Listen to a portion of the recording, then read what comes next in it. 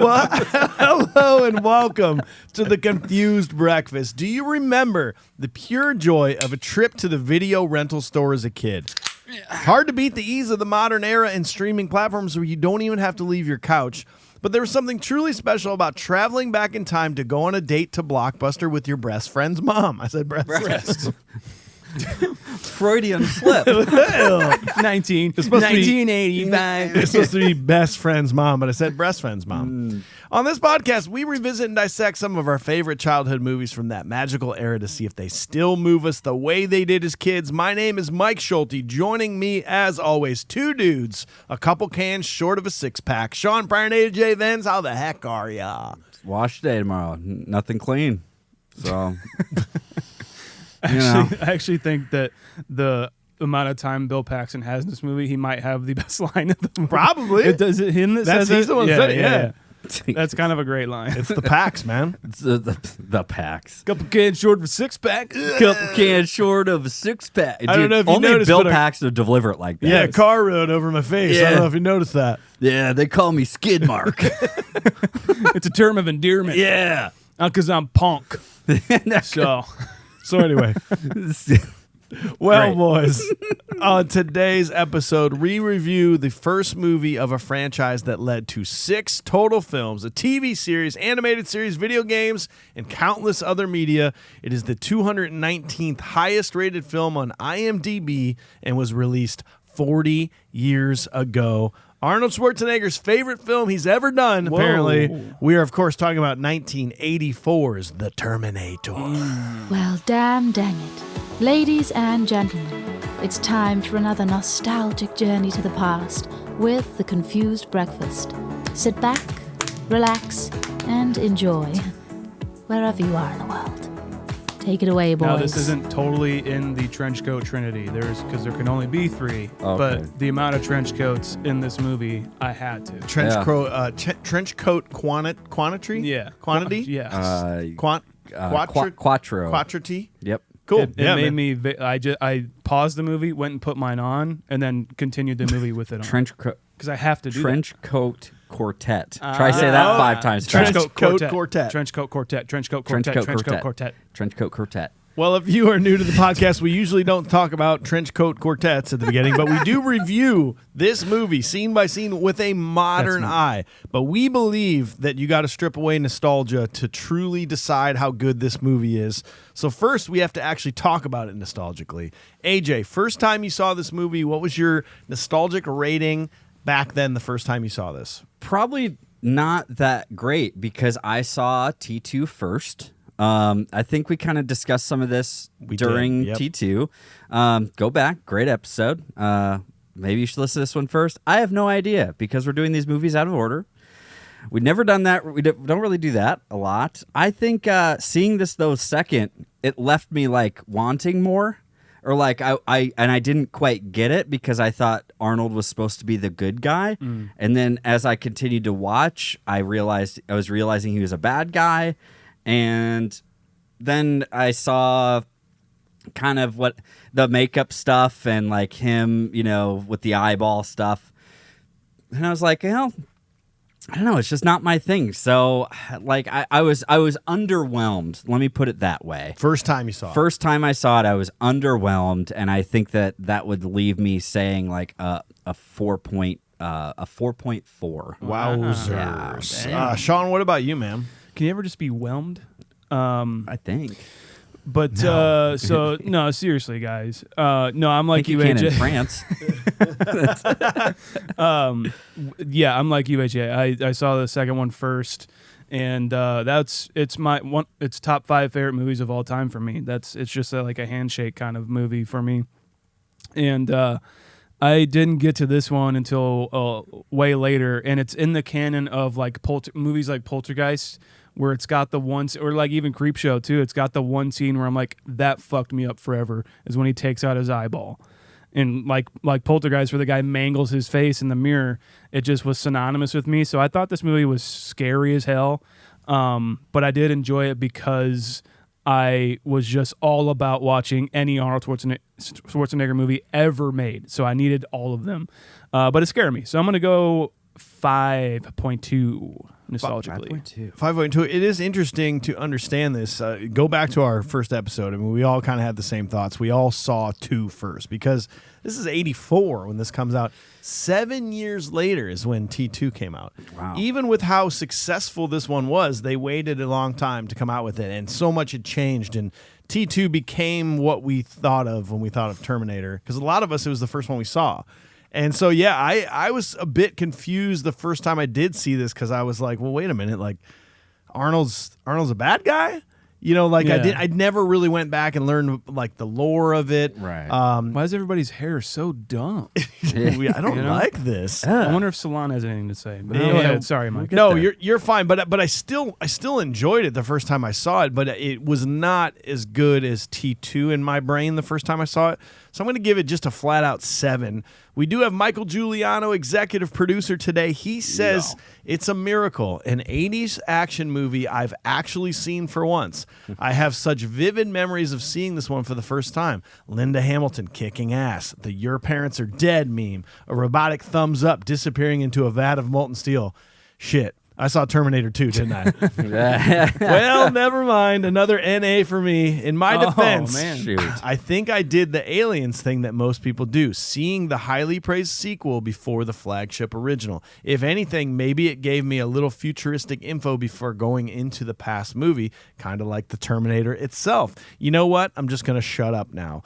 So with an NA there, Michael Guiliano takes us to a 5.53 nostalgically. That's not going to be too great on our list of movies that we've done. 5.53, yeah, that's getting to the bottom there, kids. That's bottom 20. That's going to be below Harry Potter, Fargo, Super Mario Brothers, but above Tremors and Grumpy Old Men. Oh, okay. Just going to throw that out there. All right. As kids, that's what we thought. It was canon then. Now it is no longer canon. We don't care about it at all whatsoever, because now it's all about modern day. Correct. We've stripped away into nostalgia.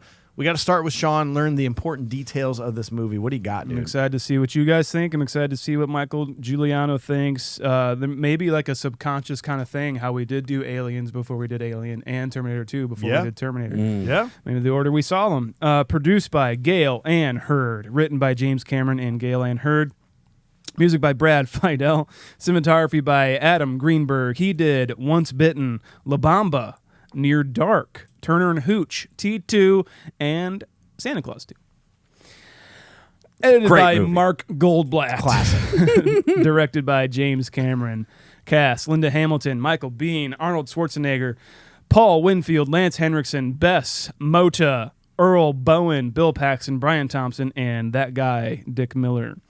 Coming off of a very tumultuous production of Piranha 2, in which James Cameron served as visual effects supervisor, and then once the original director was fired, the producer gave Cameron the reins and would ultimately take away all creative control from Cameron, and he would remain as only a production assistant.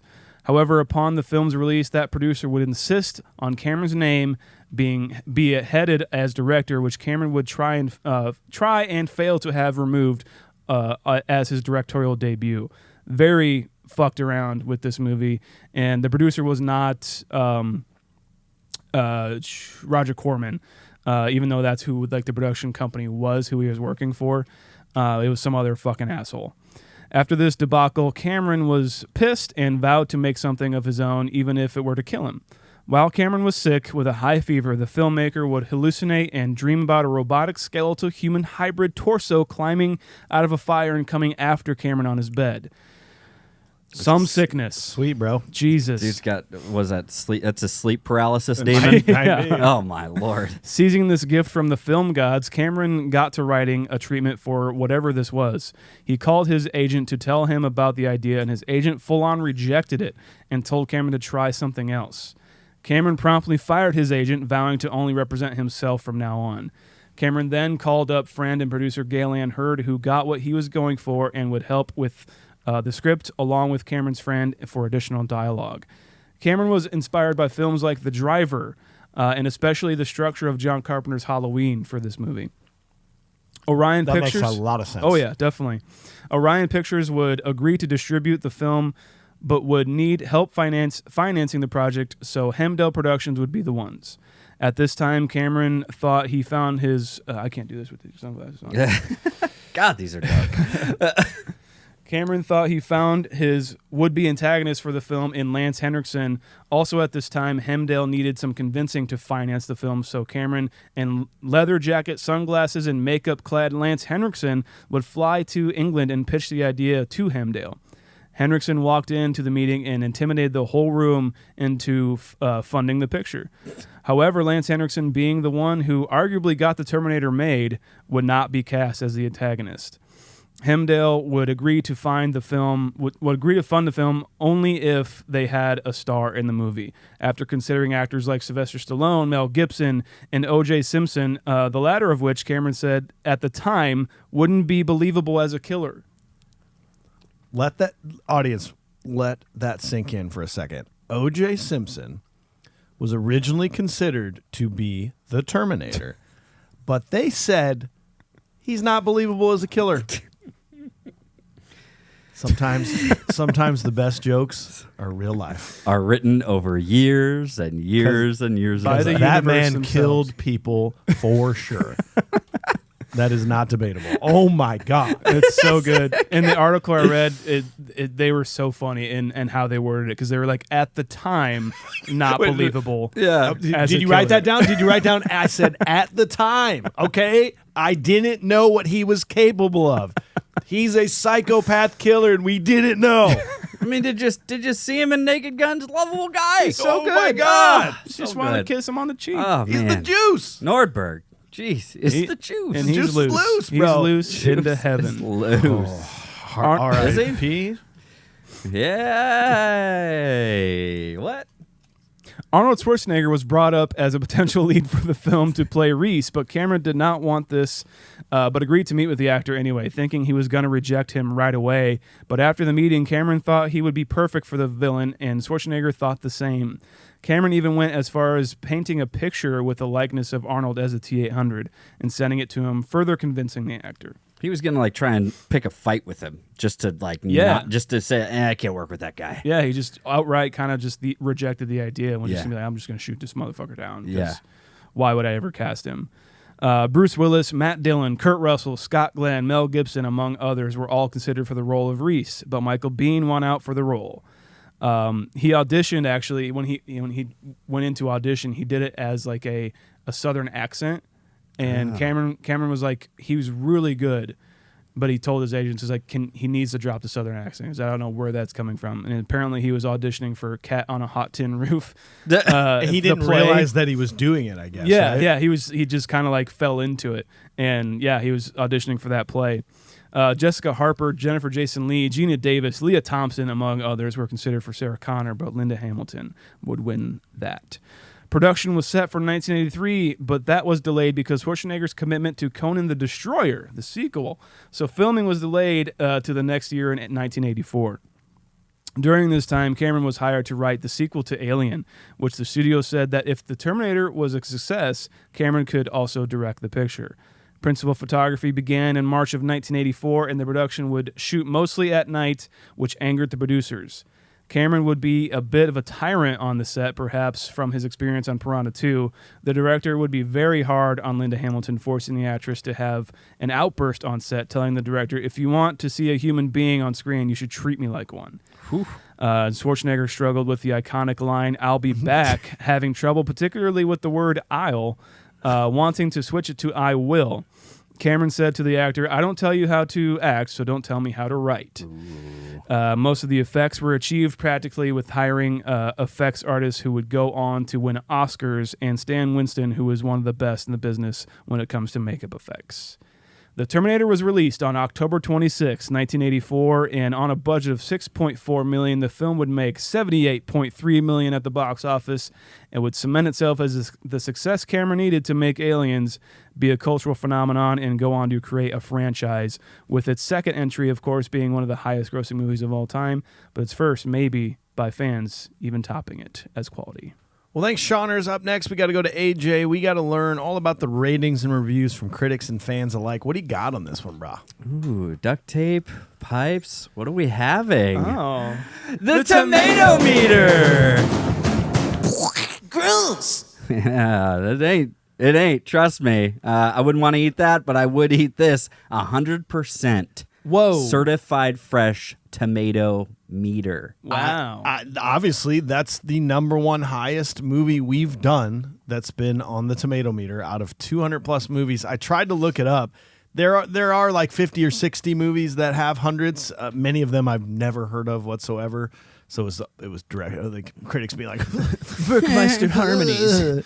No, but Citizen Kane. but here are a few that may fall into our wheelhouse someday. Toy Story 1, Toy Story 2, Wow. Searching for Bobby Fischer, and of course the classic Western Cool Hand Luke. Of course. Oh, yeah. Of course. So yeah, that's insane. 100%. Not zero critics in the world had anything bad to say about this. Okay. Not one bad thing. Not one bad thing. And it's a little bit different once we get over to the newly acclaimed popcorn meter.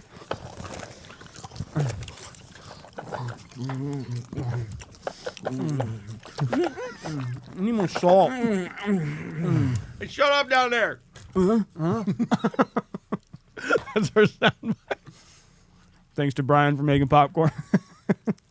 89% on the popcorn meter. We don't care where that falls with the other ones, just because we just want to make the noise. Let's be real. That's good shit. Oh yeah. Oh. Now I have to get it out of my teeth. I know it. Yep. How's that sound, guys? Found some different ones here on IMDb. on Rotten. Did we give IMDb? Oh, I'm so sorry. That's fine. 8.1, right? I'm so sorry. Yes, it's an 8.1. Tied in the 17th spot of any movie we've done with Jurassic Park, Jaws, Rocky, Stand By Me, Big Lebowski. Really films that nobody like. No Nope. one likes those Nope, movies. nobody likes those. Because they're not good. Scouring Rotten Tomatoes, finding a couple of critical reviews here too. Jason Bailey over at Flavor Wire said much of Terminator's greatness is due to its low-budget aesthetic and lo-fi energy. Perhaps out of necessity, Cameron's sense of storytelling has a lean efficiency that both he and the series have long since abandoned. We really loved this one. He didn't really like the next ones, apparently. Hank Gallo also said, you almost forget the film's flaws. Like the cartoony look of the war-ravaged future, here the most absurd excursion is believable, and we go along willingly, stopping now and then for a breath or a laugh. TV Guide magazine, you know them, 80 out of 100. An amazingly effective picture that becomes doubly impressive when one considers its small budget. Let's move it along here, guys. Somebody had to hate this movie, right? Somebody hated it recently. So 1 out of 10, hoping he never comes back. Got him. I mean, yeah, none of us want him to come back. He's very scary. Yeah, that's the point of the movie. That's kind of the point. Yeah. We hope you're not back. Okay. So this was in July of 2024. I feel sorry for people that watched movies 40 years ago. I'm just glad that I was born in more modern times. The literal reason that everyone's listening to our podcast is because they're yearning for the old days. And this guy's like, future was way better. No, it wasn't. Because they watched movies up to 40 years ago. The acting from all parts is horrendous. The writing is dreadful. The plot is bland, and only the story deserved to not be insulted. The special effects, which were groundbreaking at the time, now appear laughably outdated. The action sequences lack the sophistication and intensity of modern films. Even the iconic score feels overdone. While the Terminator may hold nostalgic value for some, it doesn't resonate with me. It's a relic of its time that fails to impress by today's standards. May I suggest you watch Skibbity Toilet instead? Yeah. That is cinema for real, Sick, for real. dog. No Sick. capping here. No cat lit fire. Just want to make sure everybody understands that 0 out of 14 people found that helpful. Yeah. So Clearly. 14 people made it a point to say, No, fuck this guy. you're wrong. Why would there be a book of people's phone numbers and addresses just out and about in the world? Yeah. I don't get it. Like, that doesn't even make any sense. Like, hello, personal privacy. Yeah. Oh, my God. Come on. Man. Well, guys, how about this one? 4 out of 10. Let's face it, this movie sucks. Okay. This is in 2023. This is Cat Luigi. It's straight up not good. I kind of want to just read it like a surfer. It's straight up not good, bro. Every animation part, like Arnold with his mask, is horrible. The action is not that good. And I get that it was amazing for the time. Just watch Indiana Jones, which came out only 2 years later, and special effects and action is 1,000 times better. They also had a shit ton more money. Yeah. Why does this movie get an 8.1? The only good thing about this movie is the story, and even then, it's not that good. Another weird part about this movie is the hero. He's just not good. It's just not good, dude. Dude. He acts weird all the time, too. And I'd honestly just prefer Arnie to be the hero. It sounds like our boy JT Parr wrote that, and he was talking about it at city council meeting. That's who I envisioned wrote that. Have you guys seen that surfer, It's bro? so good. Who just says, man, sometimes you just got to escape and just disconnect. Sometimes the best way I do that is just by thinking about just a perfect pair of tits, bro. You're just like, perfect rack. You're just like, okay. Okay. And I just find myself zoning out, man. Everything's good. Anyway, let's finish this one up. With as much crap I'm giving this movie, I still enjoyed it for what it is. But what I'm saying is, God, it is hard to rewatch. It is just terrible. And I don't really recommend it to anyone. But you had a good time, but you hated it. And that's where just stick to your convictions, man. That's all you got to do. One more, guys. 1 out of 10. He'll not be back on my screen. Said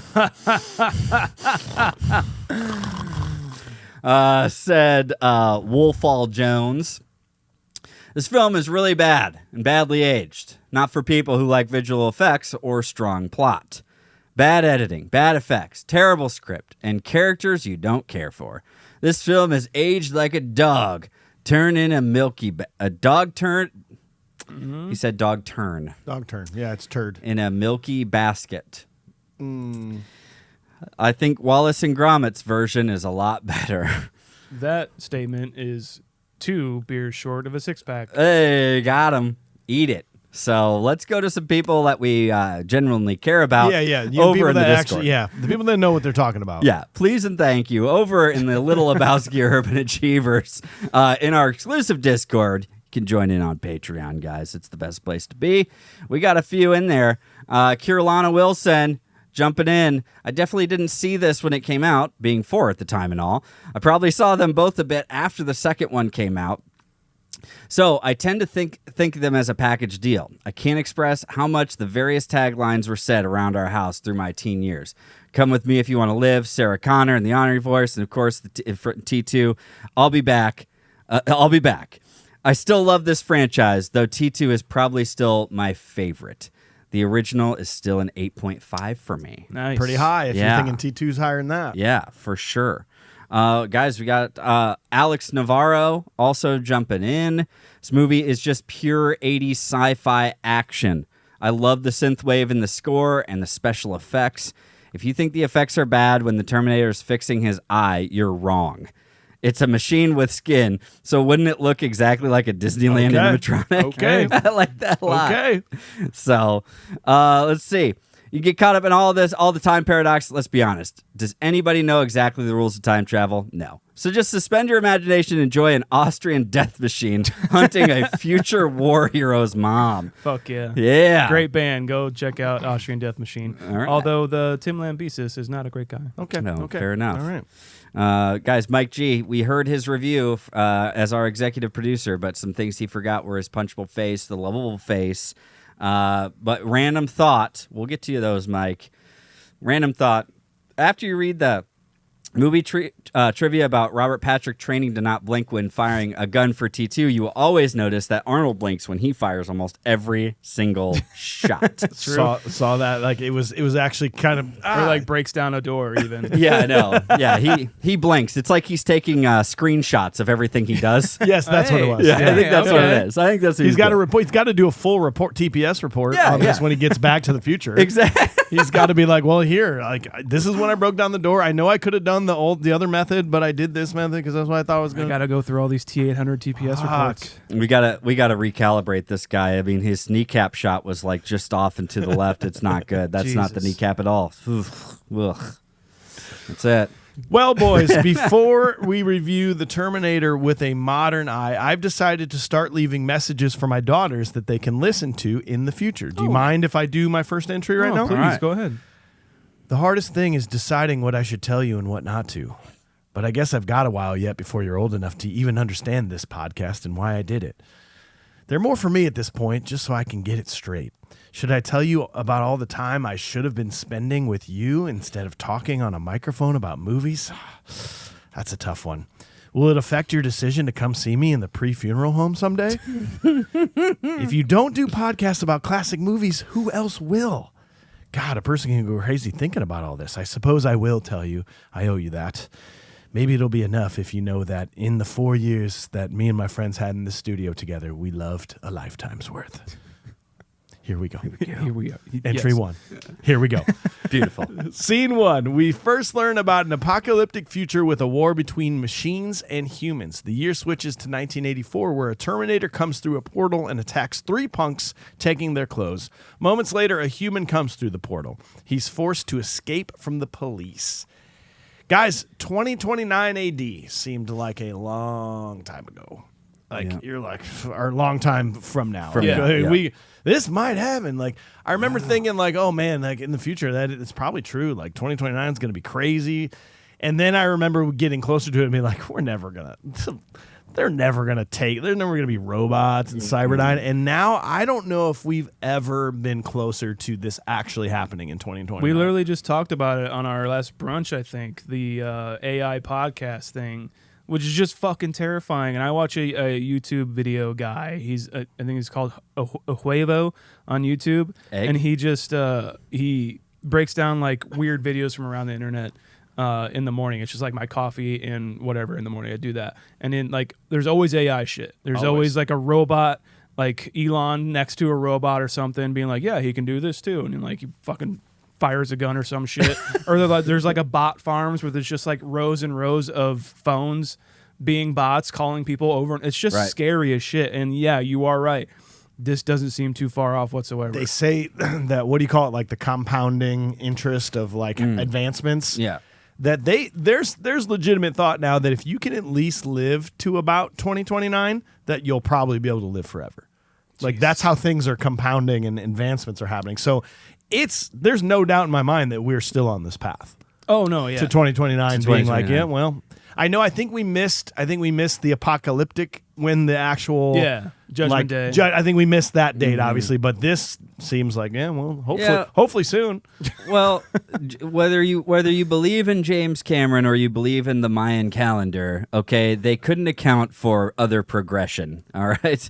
The Mayan calendar thinking like, oh yeah, it's 2020. 2012. Wasn't it 2012? Is it 2012? I don't know. You're probably right. Fuck, who knows? And but saying it was that, but then those guys couldn't account for the invention of like the toaster, right? So they knew when the world was going to end, but they're like, we don't know about toasters. Yeah, man. Oof, they've really done a lot more than we thought they would. Wheels? What's a wheel? What the world? I like to spend time thinking about that, like the craziest thing that's like somebody from the past, like Encino Man. Yes. It wouldn't be fire he'd be so enthralled about, or even a car. It was that shovel, right? But anyways, so for me, the whole AI thing and like we're coming up on this, I kind of believe it too, because we've been locked in. There was the Industrial Revolution, and now there's this revolution of technology, and we've been in it for like 10, 15 years. Yeah, we just haven't seen it like be scary yet. No, you know, we just keep teasing it. We just keep like playing with it like it's not gonna happen. But as far as the representation of 2029 in this movie goes, what do you guys think about the effects? Let me tell you what I think about them before you tell me. I think they still look great, and I prefer this no matter what over any CGI bullshit. Like, these are just all miniatures like they were in Terminator 2. They didn't even update that when they made Terminator 2 7 years later. Is that what you said, 7 years? Yeah, 7 years later. Like, they still did miniatures, and they still did, like, mini explosions for, like, when they get taken down and shit. And, yeah, like if, you know, like, if there's the hunter killers, the HKs, they're just in, like, a little set that they built, just tiny set, and just, like, put smoke in it to make it look good. It still looks fantastic, and I absolutely prefer this. Not to be that way, but it's just what it is. My eyes gravitate towards this kind of look, no matter what. You nailed it, man. I mean, yeah, it's easy to look back on this and be like, you know, at a couple things, but also it would be much easier to look back on CGI, the earliest years of CGI, to be like, fuck, God, this is terrible. Like the airplane crash in Air Force One. Oh, are you kidding me? This is fucking. Irish came out right there. Are you kidding me? Are you kidding me? You fucking kidding me? No, this whole intro, man, like, the intro graphics scrolling by is very like Stranger Things to me. Yeah. The fucking, okay, being musicians here, I know we have musicians listening. What fucking time signature is this song in? That's a good question. Whatever James Cameron wants it Dude, to be in. This theme song is so iconic, and when it started, I went, what? My brain was just going, what the fuck is this? And so I had to look it up. The theme that happens at the beginning here is actually in either 13.4 or like, no, it's in 13.8. Are you talking about like a dun dun dun dun dun? Okay, but it's not the intro one's weird. You can't hear it the way you think you're hearing it. But then at the end, the same theme plays, but it goes into the 12.8, which is the da dun dun da dun dun dun dun da dun dun da dun da. But go back and listen. The first one adds like an extra beat for no reason whatsoever, and it throws me off so hard. Being a guy that's trying to count it and be like, "Where's the down?" Well, it makes sense. You got to go into machine mode to even like kind of download what kind of time signature that is. Yeah, it's fucking. It makes fucking you uncomfortable. Wild. It does. Sure. It doesn't make me. It doesn't make me be like, yeah, because the end theme song unsettling. The end theme song, like, there's at least a head bob to it. Yeah. Thank God, I can feel some closure. Kind of, right? Some groove. It's so sick, man. And then even the fact that this is the shit I never noticed, and why I appreciate doing this with you guys so much. The fact that they just showed us all these machines, and then it goes to the garbage truck. Yeah. And it looks the same. It's like the lights and the steel. Oh shit, we're in the present. Like, I mean, it's still got me kind of. It's the Kubrick cut, man. It's the 2001 Space Odyssey cut where he throws the bone up in the air, and literally thousands of years go by in one cut. You know, it's like this. It's really, really cool and effective. I think it's super fun. I love talking about that opening scene. A great comparison, especially even to today, is think about like the Avengers Endgame or whatever it is when they have their big final battle, and like it's kind of the same idea, very dystopian. It's like, yeah, I still want to see this real, like, something tangible, and like not a CGI world where they're jumping off of green cubes. You know what I mean? Yeah. That's absolutely what I want. I for some reason though, when we do switch and it's like the garbage truck driver, I just think for some odd reason that's the truck that got Shredder. I was gonna say, did this freak you out, AJ? Yeah. Did you think this is gonna be a bigger problem? Yeah, I really did, because this guy looks like he's another character from like the Teenage Mutant Ninja Turtles movie, like or Home Alone. He's like the same guy as the cab driver. Yeah, he's like, ain't much better in here, kid. Kind of a vibe. But do you know who that is? Do you know who he is? No, I don't. So that is Chino Fats Williams. He is the garbage. That's his nickname. Okay. That's what Jarrett Layoff put on here. It's Jarrett's fault. This is the fourth movie he's been in of ours. He was in Planes, Trains, and Automobiles, Roadhouse, Rocky, and now The Terminator. Oh, wow. Just throwing it out there. There are people that have been in more we will get to later, but great just work, want to give him. give him some heads up there. Yeah. I like what you're saying there, AJ, because it does seem like that same kind of person who just looks great on screen and just acts well on screen. Even like later on, he pulls the dude out of the phone booth. Like for some reason, that guy. I like that guy. Yeah. I don't know what it is. They're just kind of this movie is just kind of filled with those characters. Yeah. James Cameron, I don't know how he does it, and I feel like he even does it in T2 as well, but the way he can linger on some shots with extras is just like I don't get that a lot with other productions, I guess. I don't know. And even some of the like one of the cops, I think we might have mentioned it. If you go back, the cop that he pulls away from a car at one point and throws away, you see him in T2 taking the pictures later on in the mall. Nice. And you see him, and they've said that this is canon, that it's the same person. Really? Amazing. Yes. And I think it's freaking awesome. Oh, that's cool as shit. It's pretty dope. We'll have to take a look back or something. It's Hell yeah. awesome. Yeah. I love so much how when the T-800 comes through, it's just like this amazing shot of him like in the perfect form of landing, perfect, and he gets up and you're like, Jesus, like he was made for this. He was prepared. His machine knows exactly what to do to go through the portal. But then they show Kyle Reese just basically just going, "Bah!" Jesus Christ. Fuck!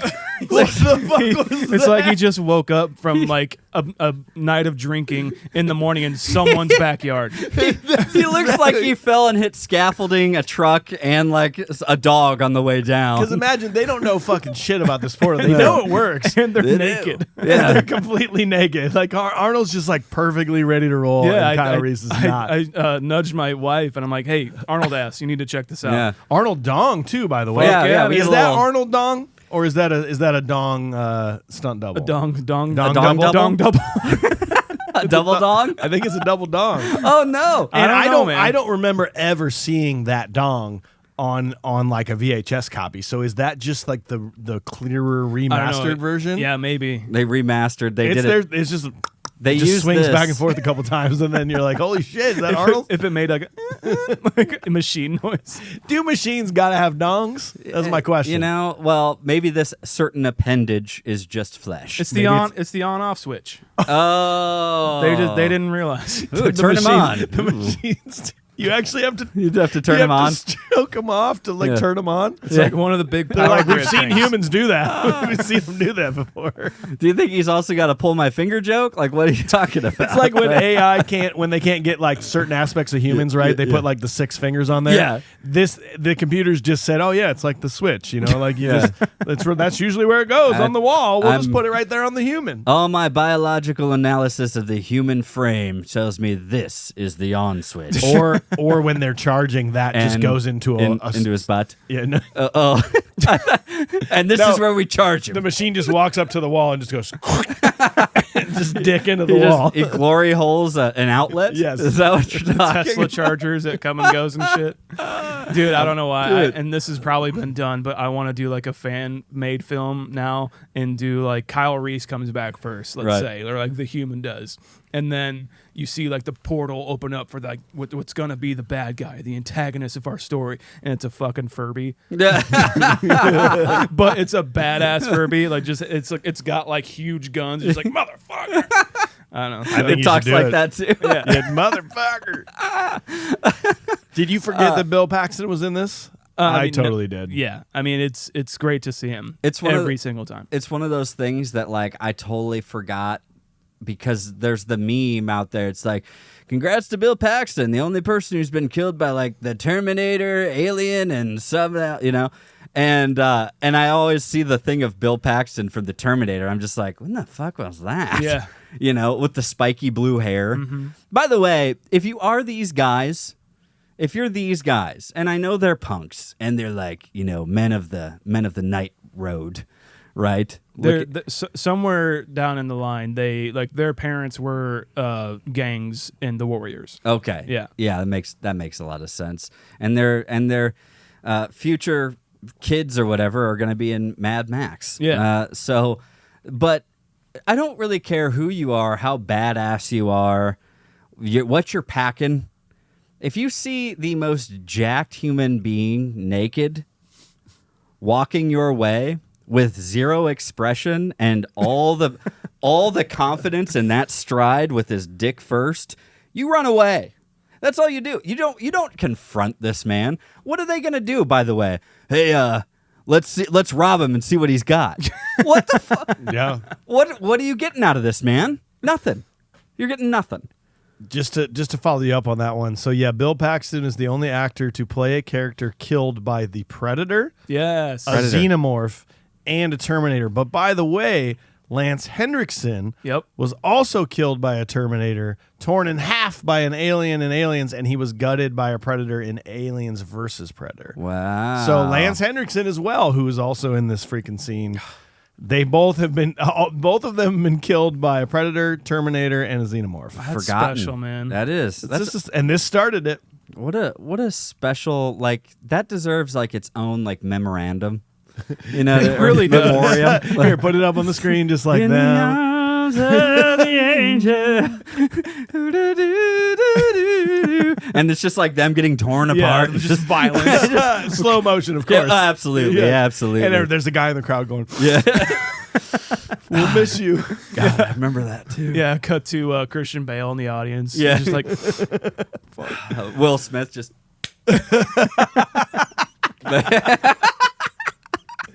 Gross. Meryl Streep going, whoop, whoop, whoop. What? So what about? I've always had trouble with the fact that, like, you know, T-800 shows up and everything's easy. He just, nobody's around. He gets his shit. He takes off, gets his clothes. Yep. But man, when Kyle comes through, it's instant. Like, he's got to escape the police. What if the cops do catch him here, man? Yeah. Like, they just wasted all that time and energy to get him back there. True. Well, that would be a really hard thing to be thinking about. I think about Kyle Reese and like, well, you got to be naked, like you were saying. It's like, are you sure I can't wear like anything? Can we just try with some clothes? Like, you know what I mean? You've seen Arnold, right? He's literally the absolute peak form specimen that has ever been on the earth, right here, and he's naked. And then you want me to do that right after him. Yep. Wow. Okay. It's like, I just like to think about, and man, you're right. He looks rough. Like, how do they have the facilities to do this? He is dirty. He is sweaty. He's having a rough time. And he gets up and he just starts running. And if I was that cop who caught him, like, kind of first and foremost, what is it? What's the date? I would stutter too. And I would probably say the wrong thing. What year? What year? Fuck, I don't know. What year do you want it to be? Whatever you want, man. Leave me alone. Whatever you want. I don't care. I like on the side of the cop cars it says to care and protect. Yeah. As opposed to serve and protect. Not giving a fuck. Yeah. As opposed to like not caring. Yeah. We need to make sure you understand that we're trying to care. Kind of fun. Please. We care. We care. We're here to care. All right? That's what we're here to do. Okay. And protect you. He goes into a sick-ass military surplus store for the trench coat. I love that scene a lot. I just assumed that it was a military surplus store because he got trench coats from there, and that's the only place you can get them. Wait, who? Oh, Kyle? Kyle. Yeah. Since when have trench coats been like military? I don't think ever. I think World War I. I think there's, it's like there's some special, like they're gas retardant. Yeah, because they were in the trenches. Trench warfare. Yeah. See, trench warfare. Trench mind coats. blown. Okay, mind Why do you blown. think they I'm so call sorry. them that? I apologize. You know? That was such a dumb question. Duh.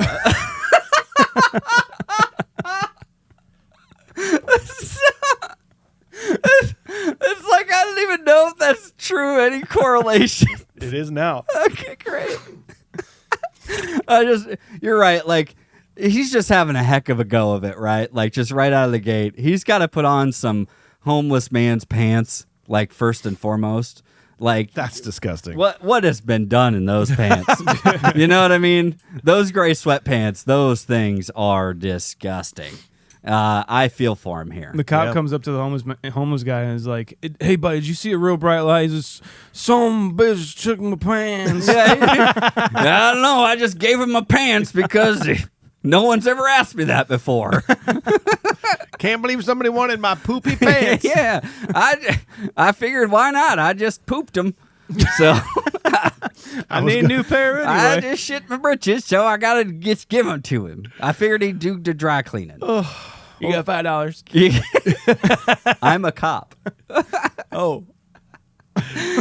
Well, let's move on to scene 2. So the Terminator steals a car and some guns and begins to hunt down and kill 2 of the 3 Sarah Connors listed in the phone book. We meet the 3rd Sarah Connor, who's a waitress and is freaked out with what she hears on the news. That night, Sarah is stood up for a date and decides to go out by herself. She thinks that she's being tracked by a killer, calls the police. Meanwhile, Sarah's roommate Ginger and her boyfriend are killed. You are we're going to continue this. Boy. Maybe this just speaks to it, Mike. It's like if you're like you're just really handsome and well put together, and you're not a man of many words, tall, dark, handsome, that kind of thing. You can just get away with whatever you want. Steal some cars, why not? Shoot up the gun store, why not? Why not? Because you're just a big, strong man, and that's it. Oh, he's good looking. Well, and so when the non-good-looking people come into a gun store, is that when you take the bullets off of the countertop? I think so. I think that's when you profile them. Yeah, and you go, oh, we can't leave these bullets just right here for the gun that I just handed the guy. Yeah. Okay, yeah, that's when you go, oh no, these go back in the case. He's a well-groomed, well-put-together Austrian man. I'm sure he's okay. Nice. Can only assume he's Austrian. Yeah. You're right, of course. Yeah, of course. He's like, I won't put the bullets away. That's what he thought. Nice little Dick Miller action right there. That's his 3rd movie that Only we've third. done. Only 3rd, if you can believe that or not. Crazy. Wow. And he's like in every single He's movie. in every movie ever made. What was it, Explorers? He was pretty prominent in. I feel like he is born to own a gun store.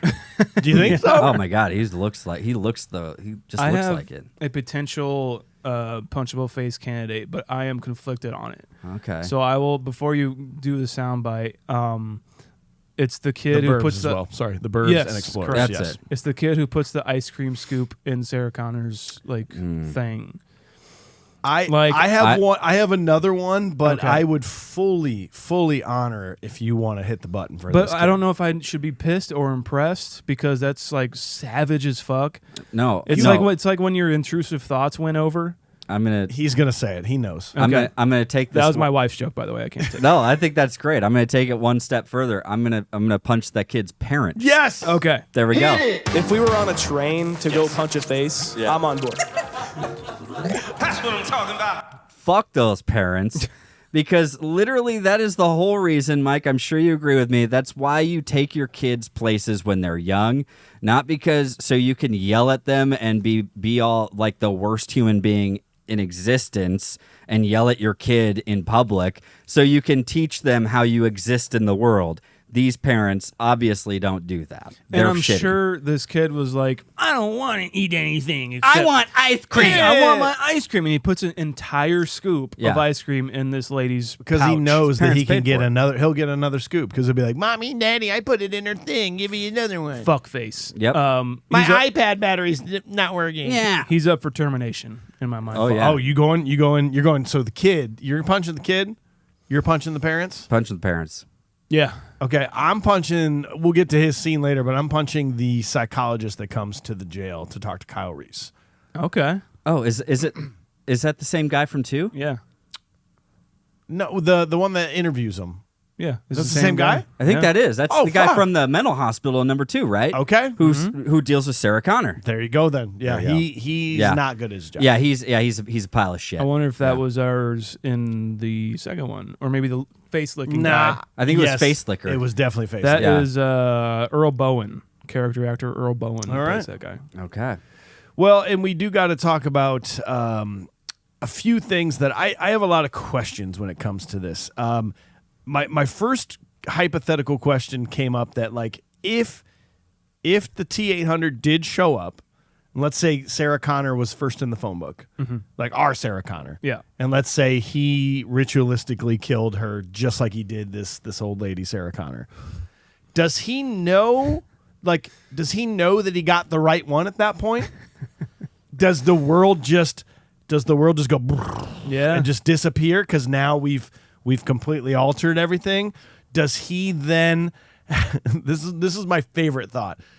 Does he then kill her and then go, okay, well, I guess we just get to like. Well, that was easy. Yeah, yeah, right. Like, because he can't go back. So does he Quick stay trip there? to the past. This is nice. Or does he still have to kill all three to make sure that he got the right one? Like, there's a lot of questions about how he would know he got the right Sarah Connor, and then what would happen if he did kill her. Yeah. And then, by the way, this is only one phone book in the world that has They Sarah sent him Connor. to the right. They sent him to the right place. Okay. They knew she lived there. Okay, all right. So we knew we were in the right zip code. Is that what you're saying? Yes. Yes. No, she definitely lives at 90210. Like, what? Guaranteed, man. Okay. Well, regardless, yeah, it's my kind of thing too. What were you gonna say? I don't know. I just think I want to know what happens if he does actually kill her. Yeah, you're right. These are all these time travel. I love the idea of just living in it, and I do. When I watch the movie, I just live in it. I go, cool. But I do like to know what would happen. It automatically brings up a ton of questions. Automatically. I read in like, what is it, the novelization of this, that she was supposed to have some sort of injury that was supposed to be like a telltale that the Terminator got the right Sarah Connor. So like, he kills her and then looks he was for gonna like this, open up her body and like find this something. injury, like that had like pins in her knee or something like that. But it was supposed to be like the telltale sign. But they just kind of gloss over that. They don't really they don't even gloss over it. They just omit it. It doesn't matter because it's so awesome to start realizing that he's gonna just go down this phone book and just go. Yeah.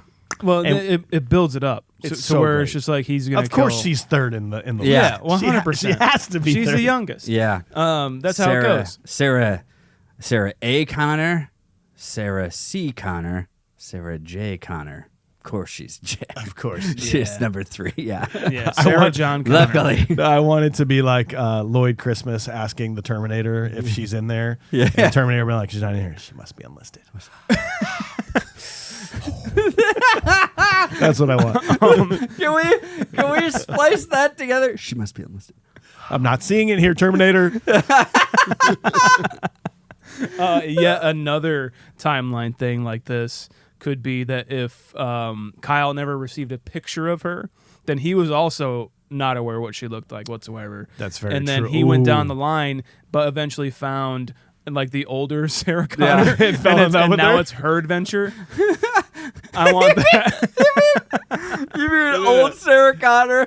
And he falls like, in love with her. He told you so much about you. I've been in love with you. It's like, I thought you'd look a little different, but it's fine. I mean, it's all good. He said you were beautiful. And listen, we got nothing to do in the future. No one to do in the future either. No safe places to do. Turns out this Sarah Connor's pretty lonely as well. Yeah. I have never been with a woman. Yeah. Don't care what you look like. Yeah. Don't even know if you're a woman. I don't even know. I don't what you're care. talking about. Oh, that's what it looks like. And I don't care. Yeah. Isn't that great? Isn't In that the future, progressive? this I isn't like that. In the future, this isn't something we determine. We care about. Wow. We accept anything. I've had sex with your son, It's not gay. which is my son. What the fuck? Wait, now that's kind of weird. He was just being real sweet to me one day. I didn't know what to do. Well, we at least got to mention fucking Rick Rossovich here being the boyfriend. He's good. I like this guy. He's obviously Slider I in was gonna Top say Gun. Top Gun. Yeah. I love the thought. Like, I like him a lot. He's really awesome. But I like the thought that he probably rehearsed this phone call all day long because he does it really well. He doesn't have it written down. He's saying it perfectly. But then when he finally gets roommate on the phone, he starts over again with the exact same person. The exact. He doesn't even skip a beat. First, I'm going to rip your clothes off. Yeah. Or whatever he said. It's so good, man. Rip your blouse at the buttons. Next. And then cut. It was perfect. Yeah. It's just like, it's like, it is one of those things. And I love it. I love it when it's just like, oh, Sarah, oh, man. I'm sorry, I didn't mean to. He's a nice guy. What if it was the T-800 calling using Matt's voice? Just like, hey, I'm gonna rip your fucking blouse off. But he's, I'm gonna rip your fucking blouse. It's no emotions on the face. What if the T-800 could like make threats, and after this call, then he calls after Slider calls, and Sarah Connor picks up again, and then Terminator starts going in like, first, I'm gonna tear off all your clothes, and then I'm gonna tear your arms one. But it's like, this is a little bit weirder than the last time, Slider. I'm into it, though, I guess. I mean, I'm not getting laid tonight, so, well, whoever you are, Come on over. come on over. Pump me full of lead, Oh. daddy.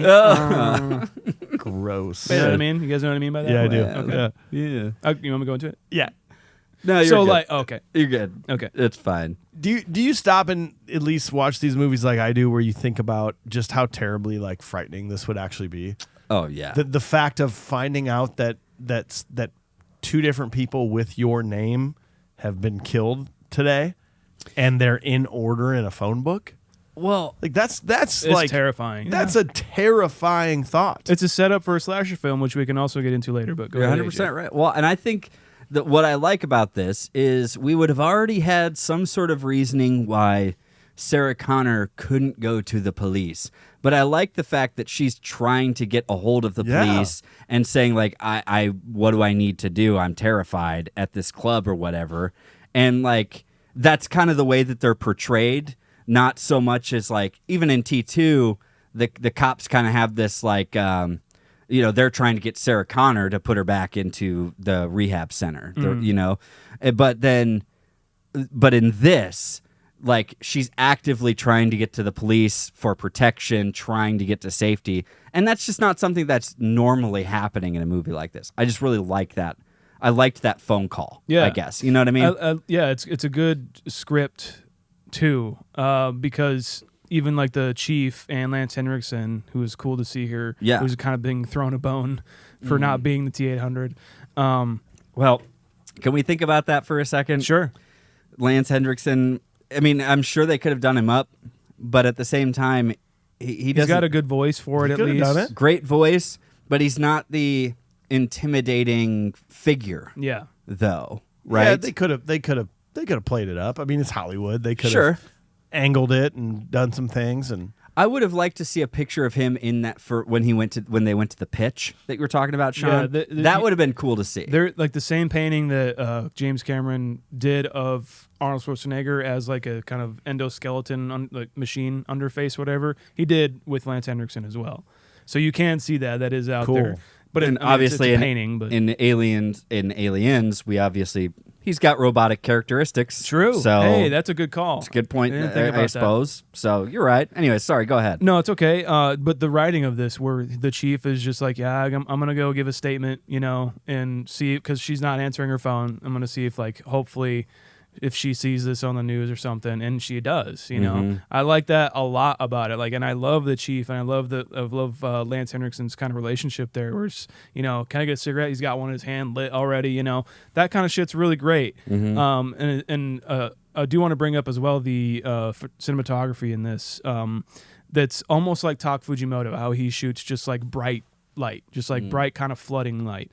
I like that a lot about this, and it just looks so crisp and so solid, especially the night scenes where it's just, I don't know, there's something about it where it's just, you want to see a movie maybe that like does like cool colors, like a movie like this even that does like cool colors or some shit, but no, it's just like street lights or like, overhead LED lights and shit like that. It's like synthwave without the wave to me. If I could describe it away. And James Cameron describes this movie. He's like, "Was it a horror movie or an action movie?" He's like, "No, it's tech noir." Oh, okay. That's what he says the genre is of this movie. Which I like that. Yeah, I mean, it looks, I guess you could call it that, but yeah, just the look of it is very impressive for me. I like it a lot. yeah. It's still great. 40 years later, it really is. Yeah, I think the vibe is right there. I think it's thinking about this like in that vein of noir of something. I feel that 100%. I love the shorter trench coats with like high top sneakers vibe that's going on throughout this whole thing. Yeah. Can I also say that no one does gunshot sounds the way that James Cameron does? Sure. That the way that these are all shot, like the very first time you hear a gun go off, like with Kyle Reese, it is just like that. It's like there's a snap to it. There's also a look to it as well. Yeah. It's like the editor. Yeah. It's he put in a single white frame as soon as the gun went off. Really? Like one of the first persons that ever really kind of did that. Yeah. So it's just kind of like, oh. It just you don't really notice it, but like once you watch it, because it's just one frame, you know, like maybe even a half a frame or some shit. But it's really stark and freaky. Yeah, well, it's so unique, and it sounds the same way. It went over into Terminator 2. Mm-hmm. Like think about when the T-1000 is getting shot by the shotgun. Mm-hmm. It's very much more of like a snap, or like a whip crack, rather than like a big a gun explosion. Yep. You know? I don't know. It's hard to explain, but it's very unique, and I love it. It's like my favorite sound bite or something in like an action movie. It's crazy. I do want to talk about. We talked about it a little bit, but how Sarah realizes that two other Sarah Connors are dead now. And she's freaked out and weirded out by this. And like maybe a lesser movie would just keep this going and leave her willfully kind of naive about it. Yeah. But I like how she's like, she realizes this and she's like, no, there's something fucked up about this. Yeah. You know, It's coincidence. I really like that of just like as a practical kind of thing for Sarah Connor's character. Yeah. Yeah. Yeah. She's not. It starts to lend itself that she's more savvy than she is. Mm-hmm. Maybe there is a reason why she becomes who they think she is in the future, because she is more savvy about it. She's not so aloof or just like, I'm just trying to go out and have fun tonight kind of vibe. Yeah. You know what I mean? Yeah, I like that. So I do have a question before we move on, and this can be quick because I've got a thought. I've got a kind of a theory on this. Are you of the camp that understands that, like how Kyle Reese can be John Connor's father? I don't. I tried to think about it, and seriously, once I start thinking about like this time thing, I'm just like, my brain just can't do it. But like one question I do have that maybe can piggyback on this is that if he were to kill Sarah Connor, the real Sarah Connor, would Reese just disappear? See, it's just fucking crazy, right? So there is a camp that believes that it's some sort of term that no matter what it does, there was never a first time, and a like John Reese or Kyle Reese has always been John Connor's father. Once you're able to travel back in time, like you've always existed in every plane. Like there is the camp, and I think that's what this is supposed to be. But I have a theory that actually Stan Morsky, the guy that leaves the voicemail on the thing, he's clearly been seeing Sarah Connor. Sarah Connor's like would-be date. It's like her boyfriend. She would have gone on a date. James Cameron's voice, by the way. James Cameron's voice, exactly. I have a theory that actually Stan Morsky was the original father of John Connor, because they were seeing each other. They probably slept together a couple times. Think about it. Kyle Reese didn't exist yet. Sarah has the baby, tells Stan Moritz that she's pregnant. Stan's clearly rich. He's got like a Porsche or whatever. For sure. Yeah, and he's like, well, here's just some money. Like, so she still would have raised John Connor alone as a single mother. But the thought is that, you know, Sarah was prepping for her night out. You know, she goes out alone that night because Stan ditches her. And then the theory that I read is that the unseen guy, you know, Stan, is actually John's father. Sarah hooked up with him during a previous date, and that's when John was conceived. Sarah tells John that Kyle is his father as we get to the future, right? For two reasons. One is to protect him so Skynet doesn't send a Terminator after him.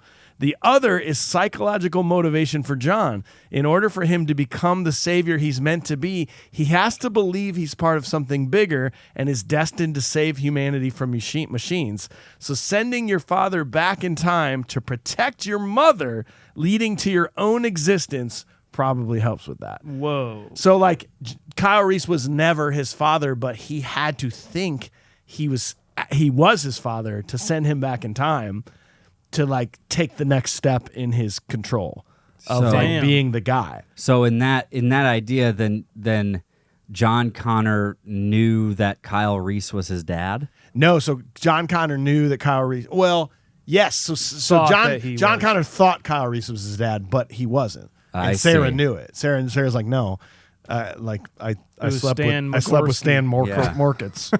Yeah. The guy. I think that's a really cool way to maybe explain instead of the like, yeah, it just always has been. Yeah. I actually the like first that. time was this, and now from here on out, Kyle Reese is going back in time. It's very interesting because even when what we get to in Tech Noir, when the T-800 does find her, she's sitting at the table. She's not drinking. She has a ginger ale, I think. Oh, is that right? Yeah. Yeah, tonight was going to be the night she was going to tell Stan that she's pregnant. Oh, That man. son of a bitch canceled again. Fucker. God. What a pile. What I a like one that. pump chump. That's Yep. super interesting. Yep. Then That's before good. we do I move like on, that. though, I had to look it up to make sure this was a real song. Intimacy, yeah, yeah, yeah, yeah. The song that's playing in the club, normally I love 80s music. Guys, this is the worst song I've ever heard in my entire life. Turns out this is what happens when you ask 1980s AI to write a pop song. There's like, they talk a lot about love and say, intimacy. Yeah, Yeah. It was an actual song written by Lynn Van Heck. Oh, that's a And real name, did too. nothing before or after that. Just like, here's a song, and they're like, that's good. Ah! just want to remind you to never listen to that song for the rest of your life. They didn't have to pay a lot for it. Let's just say No, that. they did not. No, if anything. Well, scene 3, Sarah's waiting for the police at the nightclub when the human in the portal, Kyle Reese, saves her from being killed by the Terminator. They run from the Terminator as they are chased by it and the police at the same time. During this time, Kyle explains to Sarah why he's here. They manage to escape from and injure the Terminator, but ultimately they are captured by the police. Tech Noir, I just think, is one of the best sets of Pretty fucking cool. any movie ever made. I like a club being called Tech Noir. I feel like that is your wet dream, Mike. Yeah. I feel like just neon signs, besides the song, sorry. Yeah, no, That's no, out- that's the out of your- Midnight will be playing. that's in out the of your club, dream. Yes. And Sunglasses Kid. Yeah, thank you. Yeah, this set is awesome, and like the tables seem real fucked up though. They seem like the stairs I take to get up to the cab in my truck that I work in. Oh, yeah. Just like real grippy. Yeah. Yeah, it seemed like Why are not- these so not good. textured? Yeah, Yes. Yeah. No, I like the place. It's fine. I don't like anything that happens here. I don't know. It's wild. Imagine being there, like seeing this shit happen. Like that's just nuts. Oh yeah, like we've talked about it a couple of times too. Of just like, because even the cop says, stay there. It's a public place. You're gonna be safe there and everything. Turns out you're not. That's the opposite of what this thing cares about. Yeah. is public. He's happy if he gets a couple other humans along the way. It's just less in the future they got to deal with. true. Let's be Less real. resistance. Yeah. Yeah, the whole build up to this and the way they shot it in slow mo is incredible. The laser sight on his gun, it was like he had to have like a separate battery pack that was hidden up his sleeve. Oh really? And he activated it for like certain scenes.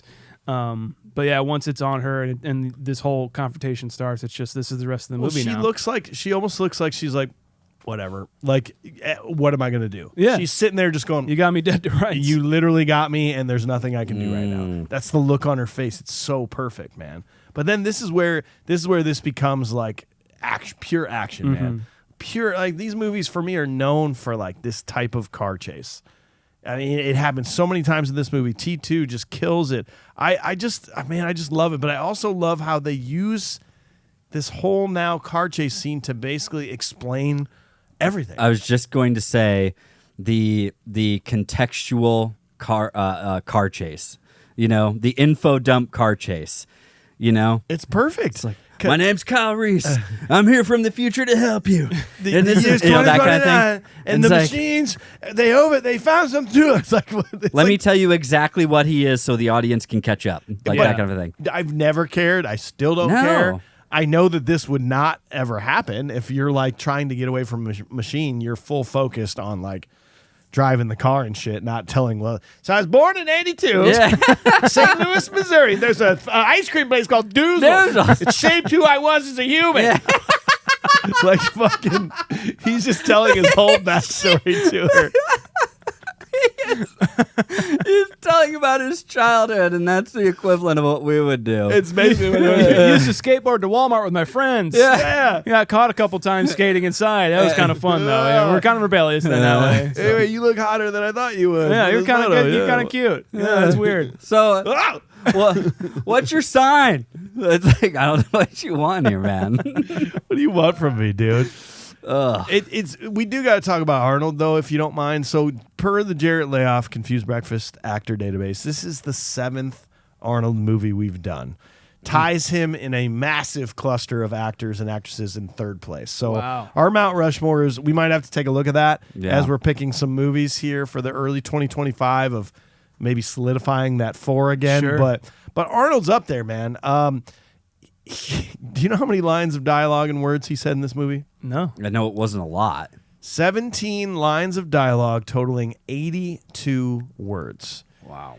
And I just think it's unbelievable. I think it's why Arnold's just so important to our culture and movies, is that a man can come into a movie looking like this peak specimen, just the most gorgeous, like, shaped man has ever been. Not one hair in other than his hair on top of his head. Even his eyebrows come off during this movie. And he can walk into this movie, say 82 words, and become a cultural, like, icon. Yeah.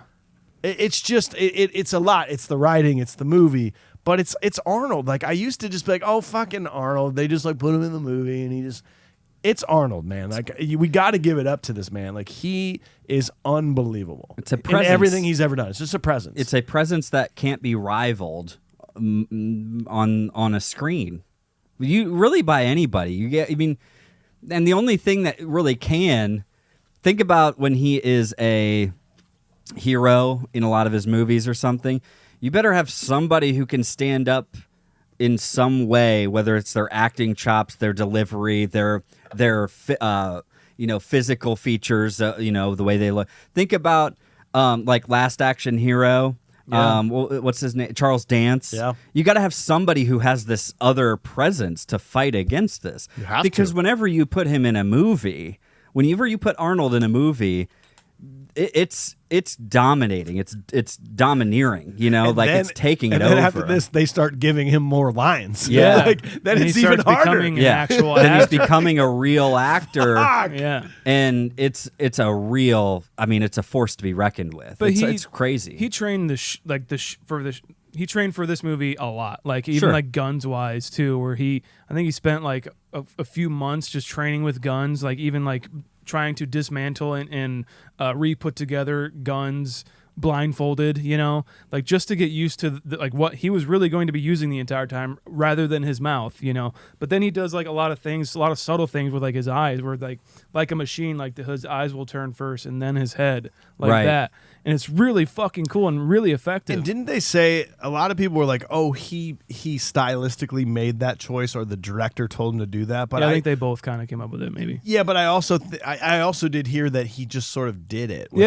without being directed or without thinking, oh, what if I move my eyes for it? It naturally kind of happened with him. Mm-hmm. Yeah. Which is almost even cooler, the fact that he's like, yeah, this is just how it goes. Yeah. Well, and there was a mixture of it, because it was when he was like having that breakfast or that meal or that meeting with James Cameron, and he was so excited about the idea of this antagonist. He thought, oh man, if he's a robot, he should do these kinds of things. I think he's the one who even brought up kind of like, not blinking when you shoot, or being able to reload guns without looking, and that kind of stuff. He even did it left-handed. Yeah, he became ambidextrous with the to be able to do it. And then you have Robert Patrick, who later on took it even a step further, obviously. So Arnold walked so he could run. Dude, really fast. Great call. So he could really fast. So he without could breathing, without blinking, it's obvious. That's why he wants to look like a machine. Yes, he could run so fast. He caught up to the motors. dirt bike. Okay, cool. We got it all. Good. We said it again. But it's kind of a testament to his performance. Fewer lines, but such a great presence. Yeah. So then on the flip side, like Michael Biehn, have we ever just said Michael Biehn? Michael Biehn? He's in Aliens. No. How do we say it? I say Michael Biehn. Michael Biehn. I say Bean. Okay, we're gonna say Michael Biehn. Ben. World. Michael Biehn. On the flip side, how do you feel about him? And this is his fourth role that we've done so far, fourth movie. Well, how do you feel about his performance in this movie? I really like him. I think he's just that kind of almost everyman-ish. Yeah. But there's also certain times where he's like chewing on the scenery a little bit, and I do like that about it too. But it's never like way too much for me. It's like he also every kind of line he says, especially like in this like parking lot scene that they're in, he's like, yeah, and then he's gritting his teeth the entire time. You know what I mean? And there's something I like about that a lot. I just like him as an actor. Yes. You could have maybe had all the other people in here. Yep. But I don't know. There's something about him, like especially fucking Tombstone Man, like coming, like having like this gallery of characters. Souls, yeah, that kind of this stuff. gallery of characters, but then like having this central hero as this. I think he's perfect for it. To be honest, I don't think this movie is what it is without Arnold. But yeah, with him, like he's perfect for the role. He is my Kyle Reese in this, but if anyone else were in it, I think we probably would have been okay. Fine. Yeah. If anyone else were in it, but if you had somebody, and this is just me saying, I'm not saying like Michael Biehn isn't a star, but like at the time, right? Like, okay, throw Mel Gibson in as Kyle Reese instead. Like a star power that kind of like that, who's very defined already by this point. You throw Mel Gibson into this, and it becomes a little bit more of a Mel Gibson show rather than us focusing on Sarah Connor. It would take away from the story, I think. Yeah, and I think it would. The personality would kind of dominate that of Mel Gibson, and Michael Biehn has a way, like you said, of playing an everyman that I don't like. The wrong way to say it is like, we can throw him away at the end of this movie. Sure. But in the end, it's like, no, we need you to at least care for the duration of this movie. And that's what I think is really important about his role and the way he plays it. And you feel for his loss by the end when he exits this movie, but also you feel the effect of what he had, the effect he had on the entire plot itself, that was even kind of deeper than what, that's kind of implied in the movie, that he is John Connor's father, as far as the movie's concerned. Right, you know? That adds on even more. And he didn't know that. And yeah, I think it's a good thing what you're saying, AJ, is that more of a star would have taken away from this genius fucking plot that we have. That's very to true. chew on, Yeah, I actually like that. Yeah, if it would have been somebody giant, Yeah, because then you wouldn't be focused as much on Arnie and Sarah Connor. Sarah might have actually gotten lost in the dust a little bit. Correct. Sure. If there was somebody bigger. Definitely. Good call. Yeah. Well, let's move on to scene 4. So the police interview Kyle Reese and try to convince Sarah that he's crazy. At a different location, the Terminator works on himself and fixes his injuries. The Terminator storms the police station but is unable to capture Kyle and Sarah before they escape. Stopping a few times along the way, they eventually end up at a motel. They have sex. After Kyle explains more about the future, they start building bombs but are eventually tracked down by the Terminator. He says to Sarah in the car park scene or whatever before T-800 finds him, he's like, cyborgs don't feel pain. I do. I do. Yeah, ladies. Please don't do that. Yeah, Maybe Kyle's just an emo from maybe the just future. maybe just the everyman is a little bit more sensitive. Yeah. And you don't need the big muscle guy. Maybe you can go for the more sensitive guy who does feel pain. All the time. We feel pain. Literally right now. All right. My back hurts. It's done. Well- I drank so much last night. My head hurts. Like I like I was just to continue a little bit on Kyle Reese. Yeah, he also, or Michael Biehn, I guess. I think he does do a really great job of portraying somebody who has only known this war kind of vibe his entire life. That's an important thing to note because he pulls it off very well. And there was a couple of scenes that were actually deleted. There wasn't a ton deleted. But there were a couple of scenes, and one of them in particular showed a very, very strong, emotional monologue from Michael Biehn, and unfortunately it got cut. And I wish it would have stayed in only to kind of show some of his chops on it. And then the other one ended up being kind of a bit of more of an arc for the detective, Traxler, I believe his name. he actually, maybe you can correct me on that, he started to like believe them. Yeah. Before his ultimate death, right? Like he started to be like, now wait a minute, maybe there is something to this, and he was going to try to help him out. You could kind of see that a little bit subtly. Yeah, that's interesting. So I like Traxler in this movie. Yeah, it was one of these things that they have him pinned as like a guy who saw like war like a PTSD thing. Okay. And then he realizes that, well, if he was a part of this like previous war or whatever that they were talking about, he would have been like 4 years old. But he's seen a lot of guys like this. This is what somebody said. Yeah. I Wait, think Trexler's saying, yeah. Because he was... Trexler did the math. He's like, if he was a part of this like previous war, like call it like the, whether it be like Vietnam or something, or Korea, he said like he would have been way too young. He wouldn't have been at war. So there were he can tell he's actually traumatized by war. Yeah. Or because by these Trexler things. has. Because Trexler has been a part of these things. Really like that. Yeah. That's super cool. And so that is what brought it around. He started to believe him based on kind of previous experiences and whatnot. And eventually actually gives him a gun and says, you have to save her. Oh, wow. Yeah. In a final scene. There's some pretty cool moments here. This is where you get that flashback of well, actually, first before we get to that, let's talk about where Arnold is fixing himself. Because I thought for sure, I'm like, I'm gonna hate this. I'm gonna hate how bad this looks. And it came to the scene, and I remembered it, and I remembered thinking how impressed I was back in the day versus now, going, yeah, shit, that replica is not very good. But then, like, I found myself being like, I don't care. Yeah. It's just, I know that this is not him, and I know they're doing what they can with what they had 40 years ago. But then I love that explanation of like, yeah, like that's what it would look like if it was a robot with fucking skin over it. And he's cutting himself away. So like the rest of this is going to like loosen up. Sure. Kind of become distorted to a degree even, you know, like, and by the way, I like to think if I was seeing this in a movie theater, right? Like watching it for the first time, I'm focused on that eye. I'm not focused on a lot of this other makeup. That's true. Probably getting helped by some, 80s grain, Yep. Movie grain. But I'm focusing on that eye and how much he's tearing it apart and like cutting it out. Yeah. I'm not focused on the other I know stuff. you loved it. I mean, I'm with you guys. Obviously, it's Stan Winston effects. It's fucking Jurassic Park guy. Like whatever. It's. Like I said, even with the miniatures, I'd rather see this shit than like a fake CGI thing doing this to itself. Can you imagine how bad that would have been? As like a film lover person who has made films and wants to make more, it's just so charming. And I don't care if it, like, I notice it. I know what's going on. Like, it's a character. It's fake. Whatever. I don't care. Yeah, whatever. Cool. Like, have him fix himself up and now go back to killing people. Yeah.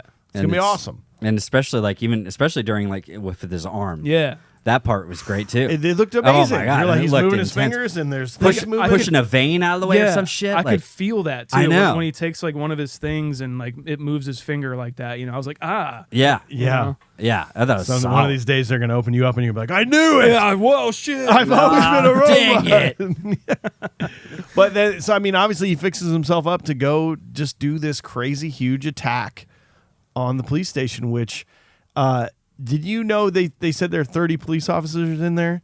And if you count the actual cops that he kills on screen as well as the bursts of fire off screen, that it counts for 30. It adds up Is to that 30. right? Damn. And I don't know if that was on purpose, but I don't care because it feels, whether you're counting or not, it feels like he got everybody. I mean, he did. Oh, yeah. Exterminating an entire precinct is just fucking crazy, man. Dude. Like right before this, to one detail I want to say that I really liked is that Kyle Reese can't go back. So he's like, no matter what happens, he's stuck here or he's going to die. And makes it more finite for me. It makes it more like, oh, well, there's, this is, he's going to do this, whether it's going to kill him or not. We can't try again. Like, we can't where I die. I'll kill myself and it resets and then I'll try it again. Like, no, he's done for. Yeah, this is the one chance that we get. When you even mentioned when he does come to talk to the desk, Arnold walks in, the iconic line, I'll be back. It was supposed to be like, I'll come back. Yeah, in the script it was "I'll come back," I think. And then obviously they knew enough to know that this was an important line, I guess, to fight over that. But could they have ever known the literal cultural moment in time that a line "I'll be back" would actually do to the world? How do you know that when you're writing a script in a movie that will do something? Maybe that will be something every person in the world says for about 6 months. Like, it's just a combination of like it being kind of funny as well, you know? Is it? But it's because of It's very sinister in this. because Yeah, of like it's actually not funny. because of how he comes back though. He just fucking plows through the guy. Yeah. You know, that's funny to me. At least. But like, okay, so opening night, 1984. People are sitting in the crowd for the first time watching this. Packed theater. He says, "I'll be back." Does the crowd erupt in laughter? Do they go wild? I don't think they do. Yeah. Like I don't think they do. I don't think we think about it in that. I think they're just like, "Oh, fuck." But we've seen what he can do up to this point, and so like how he comes back is probably not going to be good. And so maybe subconsciously people are like, "Oh shit." Like, what's he coming back with? What's Jesus Christ. going on? Yeah. I have two other ideas here. Can you imagine if it stayed as "I'll come back"? Do you think it would have been? It might Would have. you think it been as impactful? What if there's an alternate universe out there, parallel universe, where they never changed it, and every kid and their mom in 1984 was like, "I'll come back." Oh man, he's doing the Terminator thing again. I love when he does that. He's funny. He loves that movie. He loves that movie. Wow. But then I also think about, is it well known that it was this movie, not T2, No. where it became famous? I think we all kind of lump them together, don't we? I'm sure we all do. I'm just wondering if it's like maybe it's the fact that he reiterates it again, like he did it again, but as a good guy. And isn't that when he adds "Hasta la vista"? Yeah. Baby? Isn't that like we gotta have another catchphrase? Yeah. Like, Well, there's also with Kyle Reese who says, "Come with me if you want to live." And Yes. then the new one or second one, it's Arnold who does it. But- Yep. So yeah, I don't know, maybe because like people were like asking them to do the sequel for a long time. Like, it's 7 years Do it. later, you know. Do And it. people were like, "When are you gonna do it? When are you gonna do it? When's it gonna be right?" You know, because he actually in the first draft of this, the villain was supposed to be the T-1000, like a liquid metal kind of thing. Oh, okay. But he's like, technology wouldn't be able to hold up. This wouldn't back be then. what we think of it And today. so if they like would've maybe gone he was for it. wanting to wait until technology could catch Ah. up, like he usually does with Avatar anyway. But Yep. Shit, man. See, that's what I'm saying, man. Well, and how about this like flashback where they actually go back to, or flash forward, I guess, to what Kyle Reese's life is like. There's some beautiful haunting moments where he gets to his lair, and they show the kids watching the TV, and they it flips around and there's just a fire inside of it. They're keeping warm. I was about ready to. I was grabbing my note to be like, "There's no tell." Oh, yeah, I guess that was right. Yeah, like it was. It was a haunting moment. And then when the infiltrator Terminator comes in there, man, and like the glowing eyes. it's a scary shot. It's really freaky looking. It's like I really do love that we got at least a moment to realize how terrible Kyle Reese's life was, to enough to make him be like, well, I'm gonna go die in the past now, but also then to once he gets like a warm bed and a girlfriend and sex and like food, he's like, it's pretty good. I could probably live here. hey, This ain't so bad. This ain't I so mean, bad. yeah, we're running from a Terminator, but I've been doing that my whole life.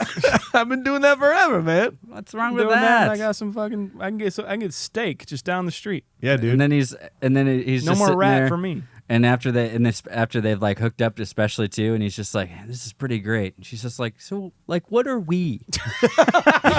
No! What are you thinking about? What are you thinking about?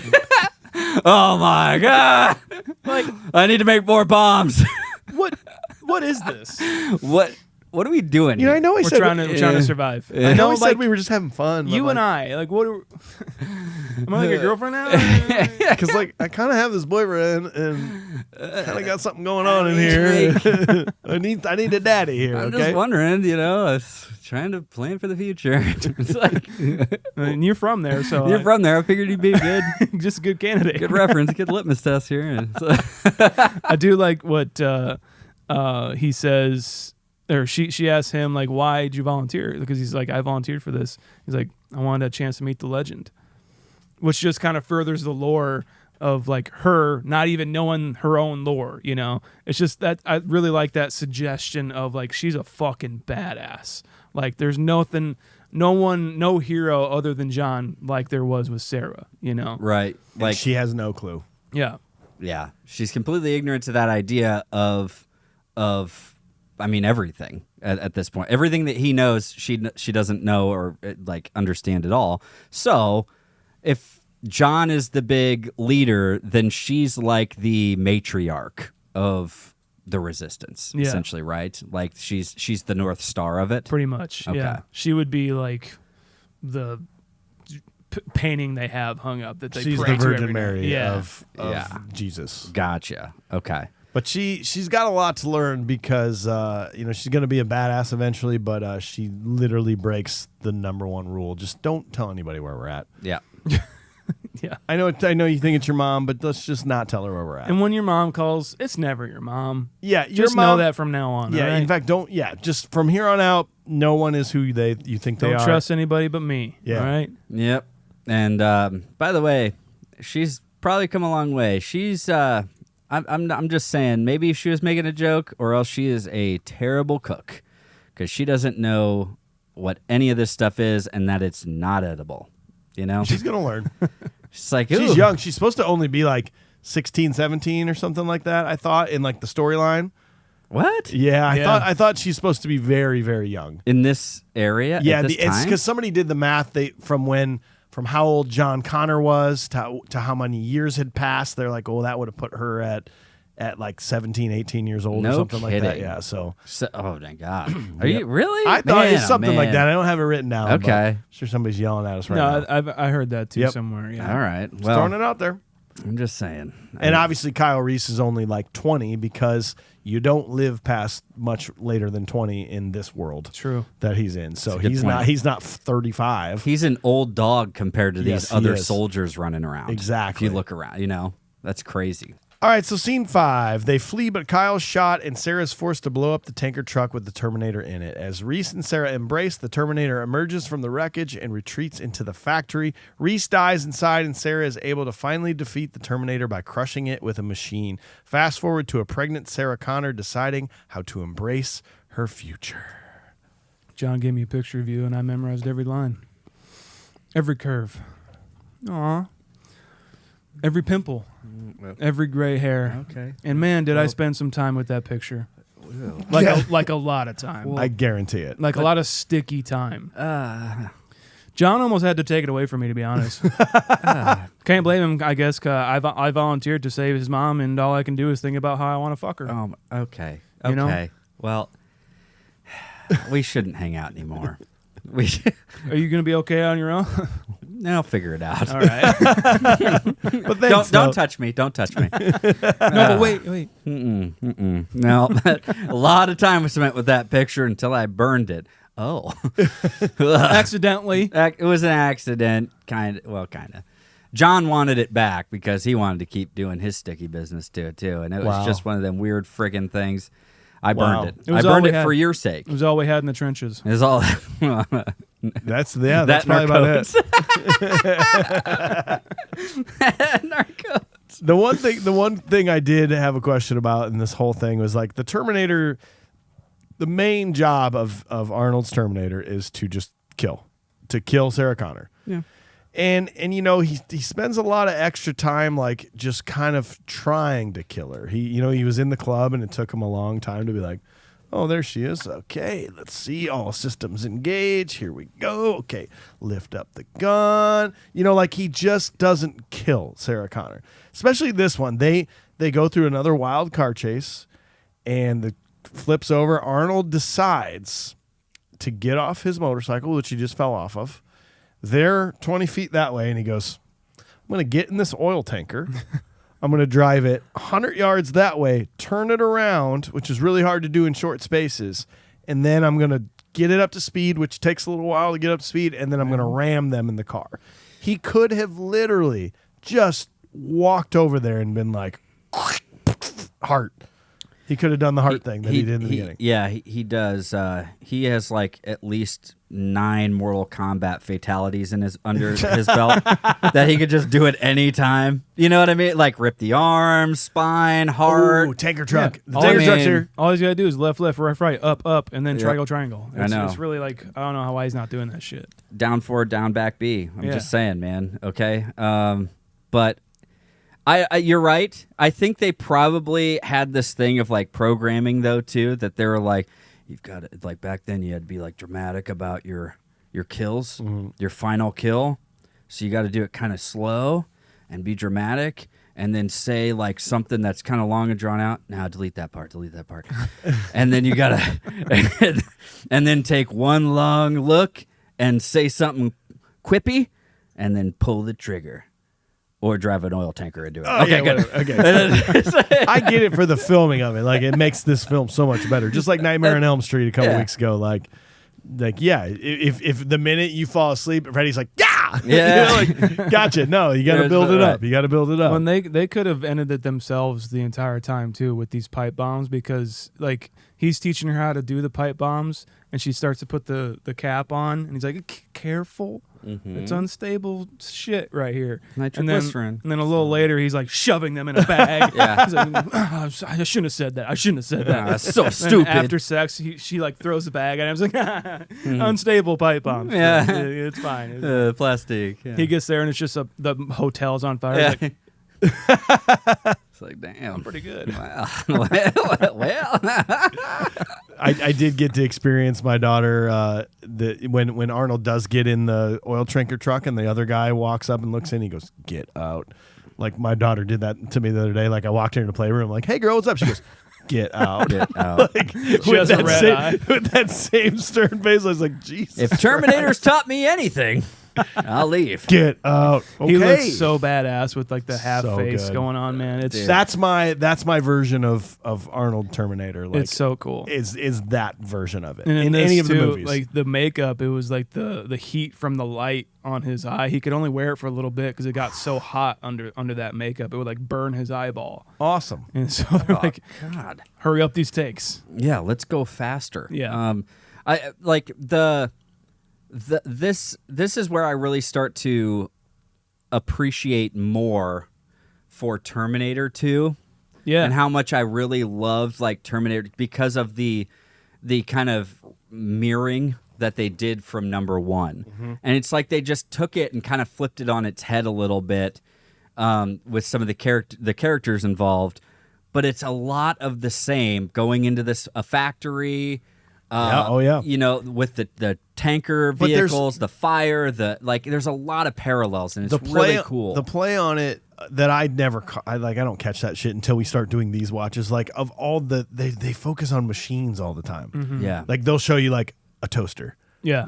To be like, or like even the answering machine. Anything. Yes, the answering machine is like machines need love too. Yeah, See? Yeah. And the machine ultimately kills the Terminator, like a machine does. You know, Right. like it's kind of a very cool way that they do it. And you're absolutely right to tie it into the second one that way too. Like, it's it's brilliant. Yeah, it's really, really fun to be able to kind of watch it again.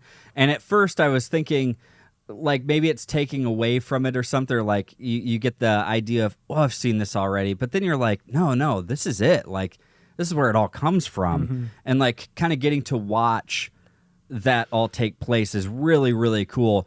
And then especially when you get him after the fire and he walks out as fucking metal, dude. As that metal T1 or T101 or Right. T800, I guess, in this one. But him walking out, it's just as sinister. It's more sinister than anything from number 2. It's so fucking badass. I just want fucking Iron Man to start playing, dude. Oh, like, dude. fuck it. Oh my god. It almost scares me more that it's not like the certain shots that are very unrealistic. It almost scares me more. It's because it just makes it so much creepier. It's that Ray Harryhausen like stop motion animation kind of stuff, and I just prefer it. It just looks better, and it's jittery. Maybe that's why it's creepy. I don't know. There's something about it that's uncanny, but also tangible. Imagine sitting in the theater in 1984 and seeing this. Oh my god. No, I don't. Well, and that's the thing. Like, you can very easily like say, looking back, it doesn't look quite as clean and this and that.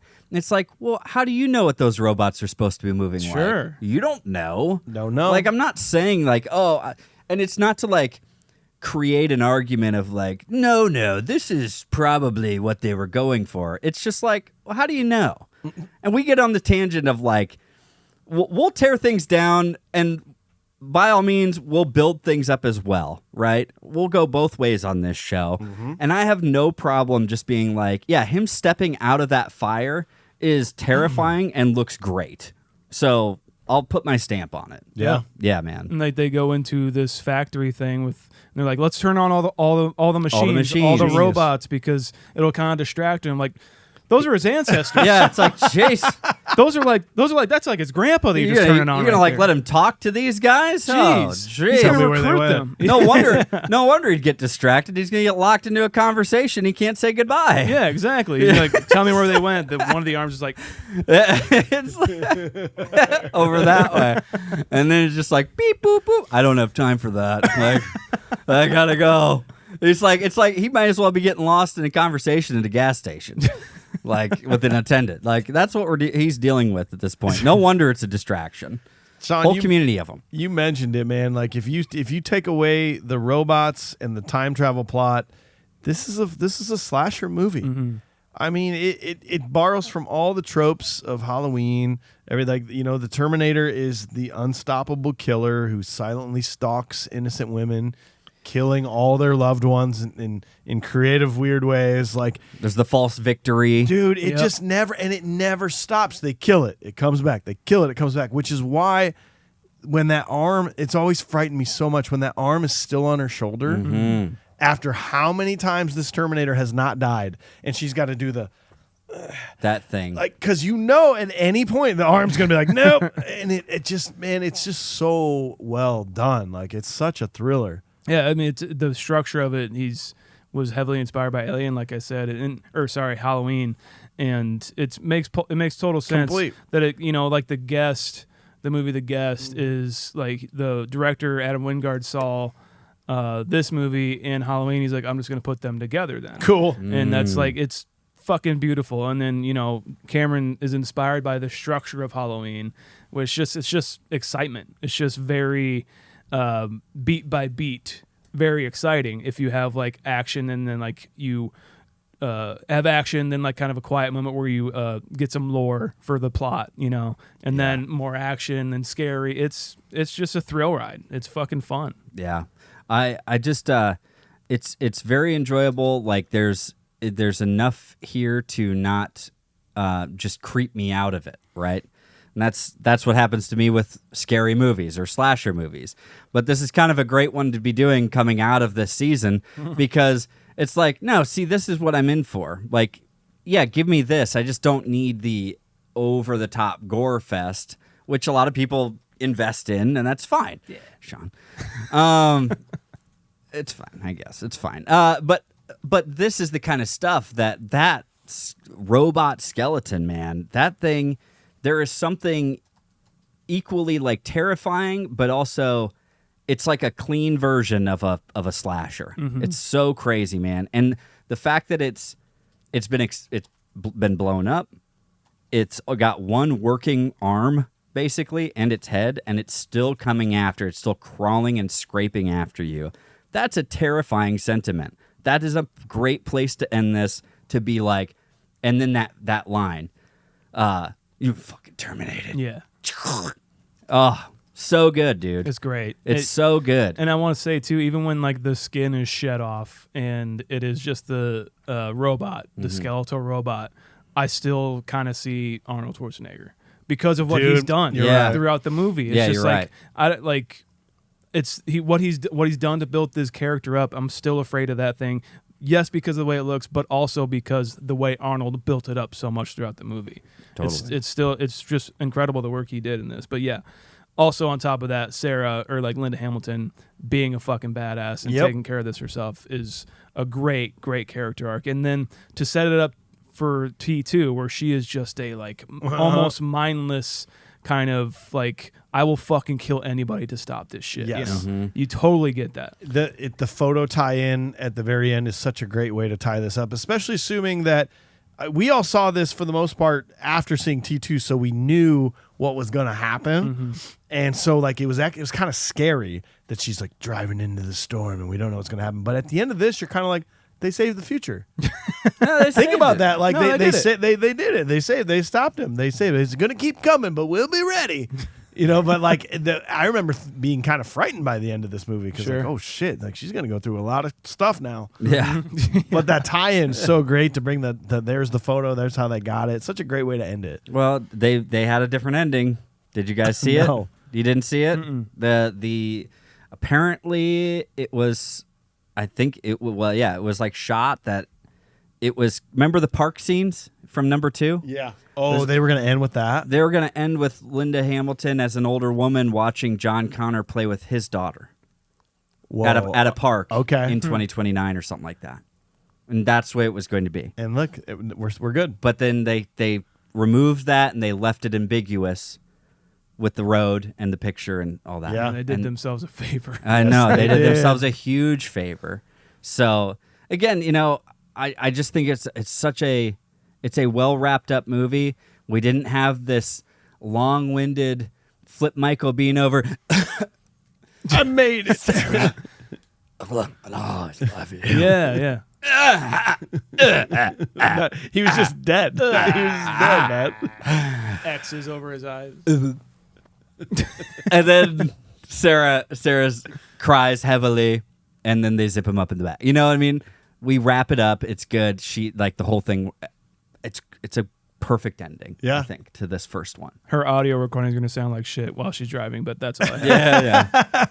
Yeah. One quick hypothetical. Let's say it's going to sound terrible.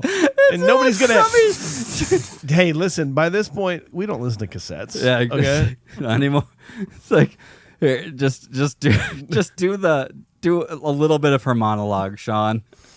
I make these tapes just because I think you'll just some sort of record, even like it's even more just for me, even just to know that like what happened in there.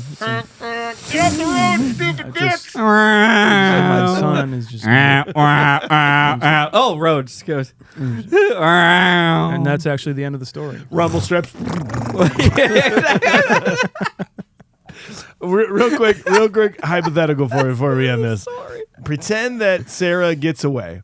She escapes. Like when they get to the hotel, say she never answered the phone, and the next day they get on a plane. Her and Kyle fly to like an island in the middle of the Caribbean, and now the Terminator has no way to figure out where she went. Like he can't hide. He now like looks like a machine. And he gets into killing sprees every single day while he's just wandering the earth trying to find Sarah Connor. You know, like Kane in Kung Fu. Does this alert the human race to why we shouldn't create machines and then Cyberdyne and everything never happens? He eventually gets taken down by like a tank or something. And they open him up and figure out what he is. Cyberdyne. It says Cyberdyne on here. We need to cancel that company immediately. That'd be like if all of a sudden like something like that happened to us and we found out it was from the future and it was like robots from the future and it came from AI. I'd be like, well, then we're done with that. Yeah, we should probably stop. Well, nope, we wouldn't. Well, we'll put a pin in this one and we'll do something else for a little while. You're right. And you know what? The 80s to 90s would be about the perfect time to do this. Because it's not like you can go and hop on a plane. Like you got to put in so much bullshit information just to go on a plane, like even to the next state.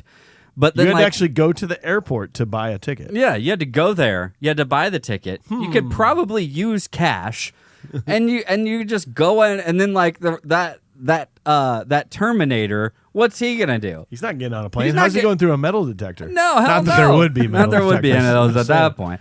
But you're right. It's like the Terminator can't hop on this plane. Nope. He'd destroy the weight limits of the plane. You know, there's too much going on here. You're right. All you got to do is just not be in the country for a while. Done. That's it.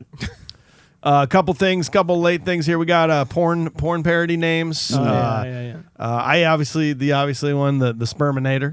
Oh, fuck yeah. Of course. Alex Navarro in the Little Lebowski thread said the tongue in ater. Thought that was pretty good. Indeed. It's decent. Michael G had a random thought.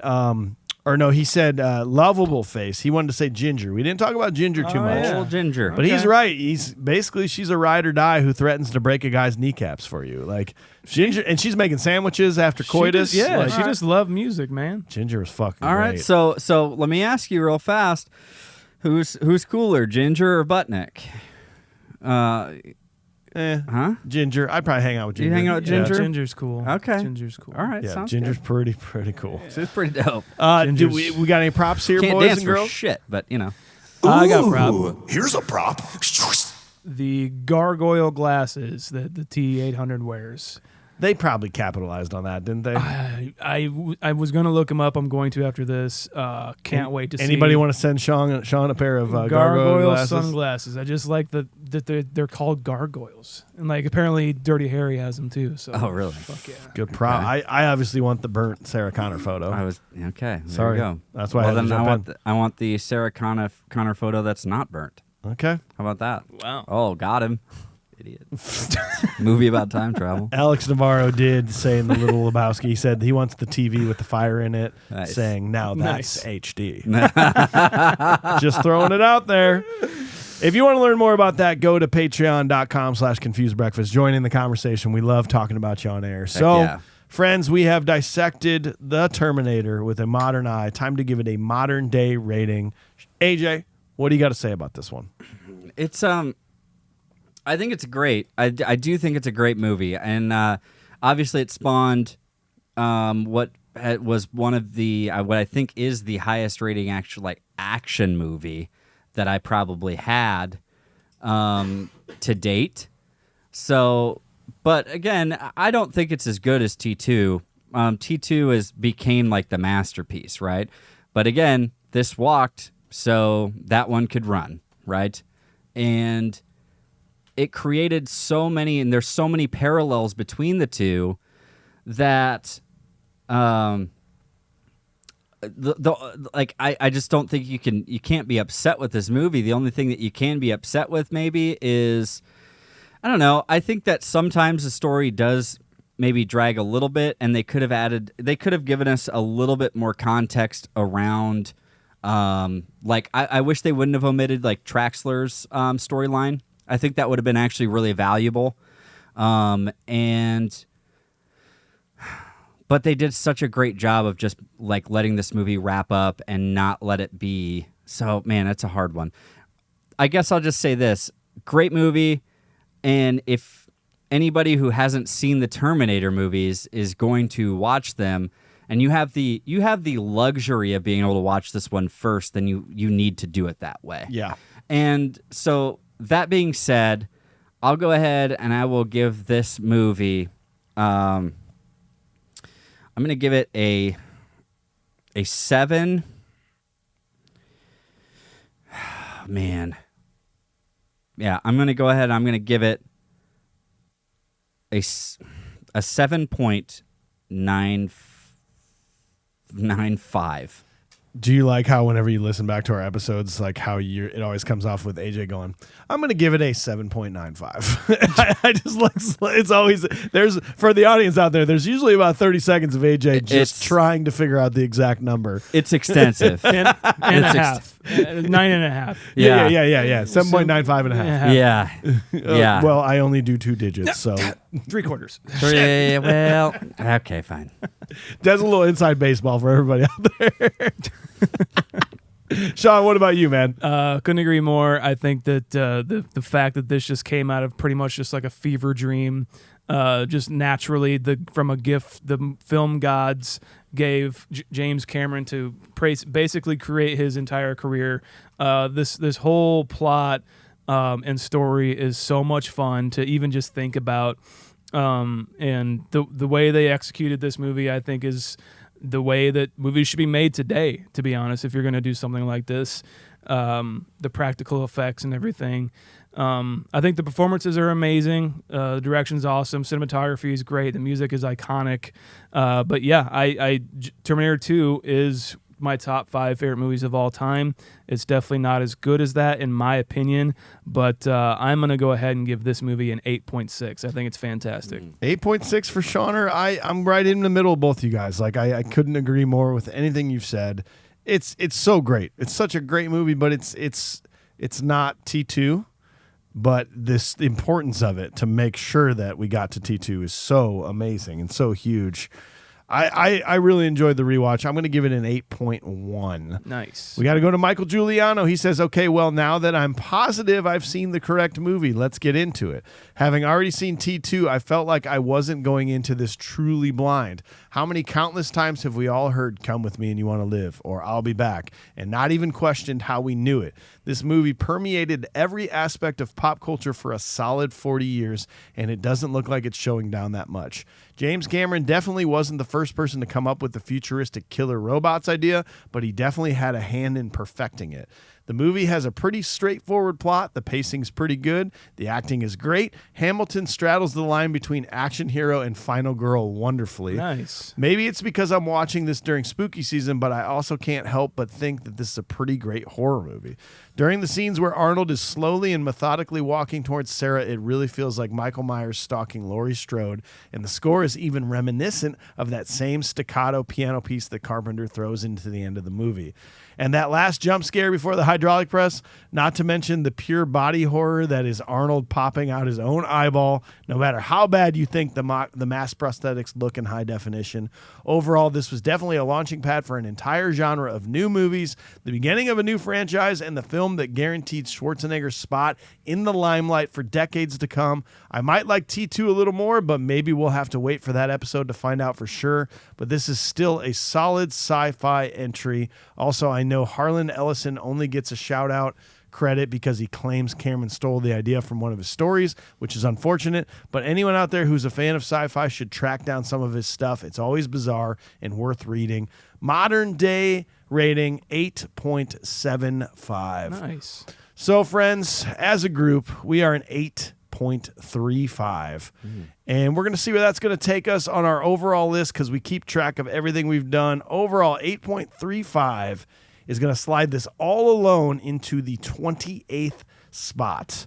We do think that Jurassic Park, The Shining, Stand By Me, and Rocky are better movies, but we do think that Die Hard, The Wedding Singer, Jaws, and Lethal Weapon are not as good. Wedding Singer, man. Wedding Singer got up there big time. Great film. It was awesome. It's a great movie. I had a great time with that. Well, thanks for being here, everybody. Please tune in next week. We got some good stuff coming for you. We are going after a movie called The Player, and then we are finishing that month up of, I think that's the end of November, with Blade. Yeah.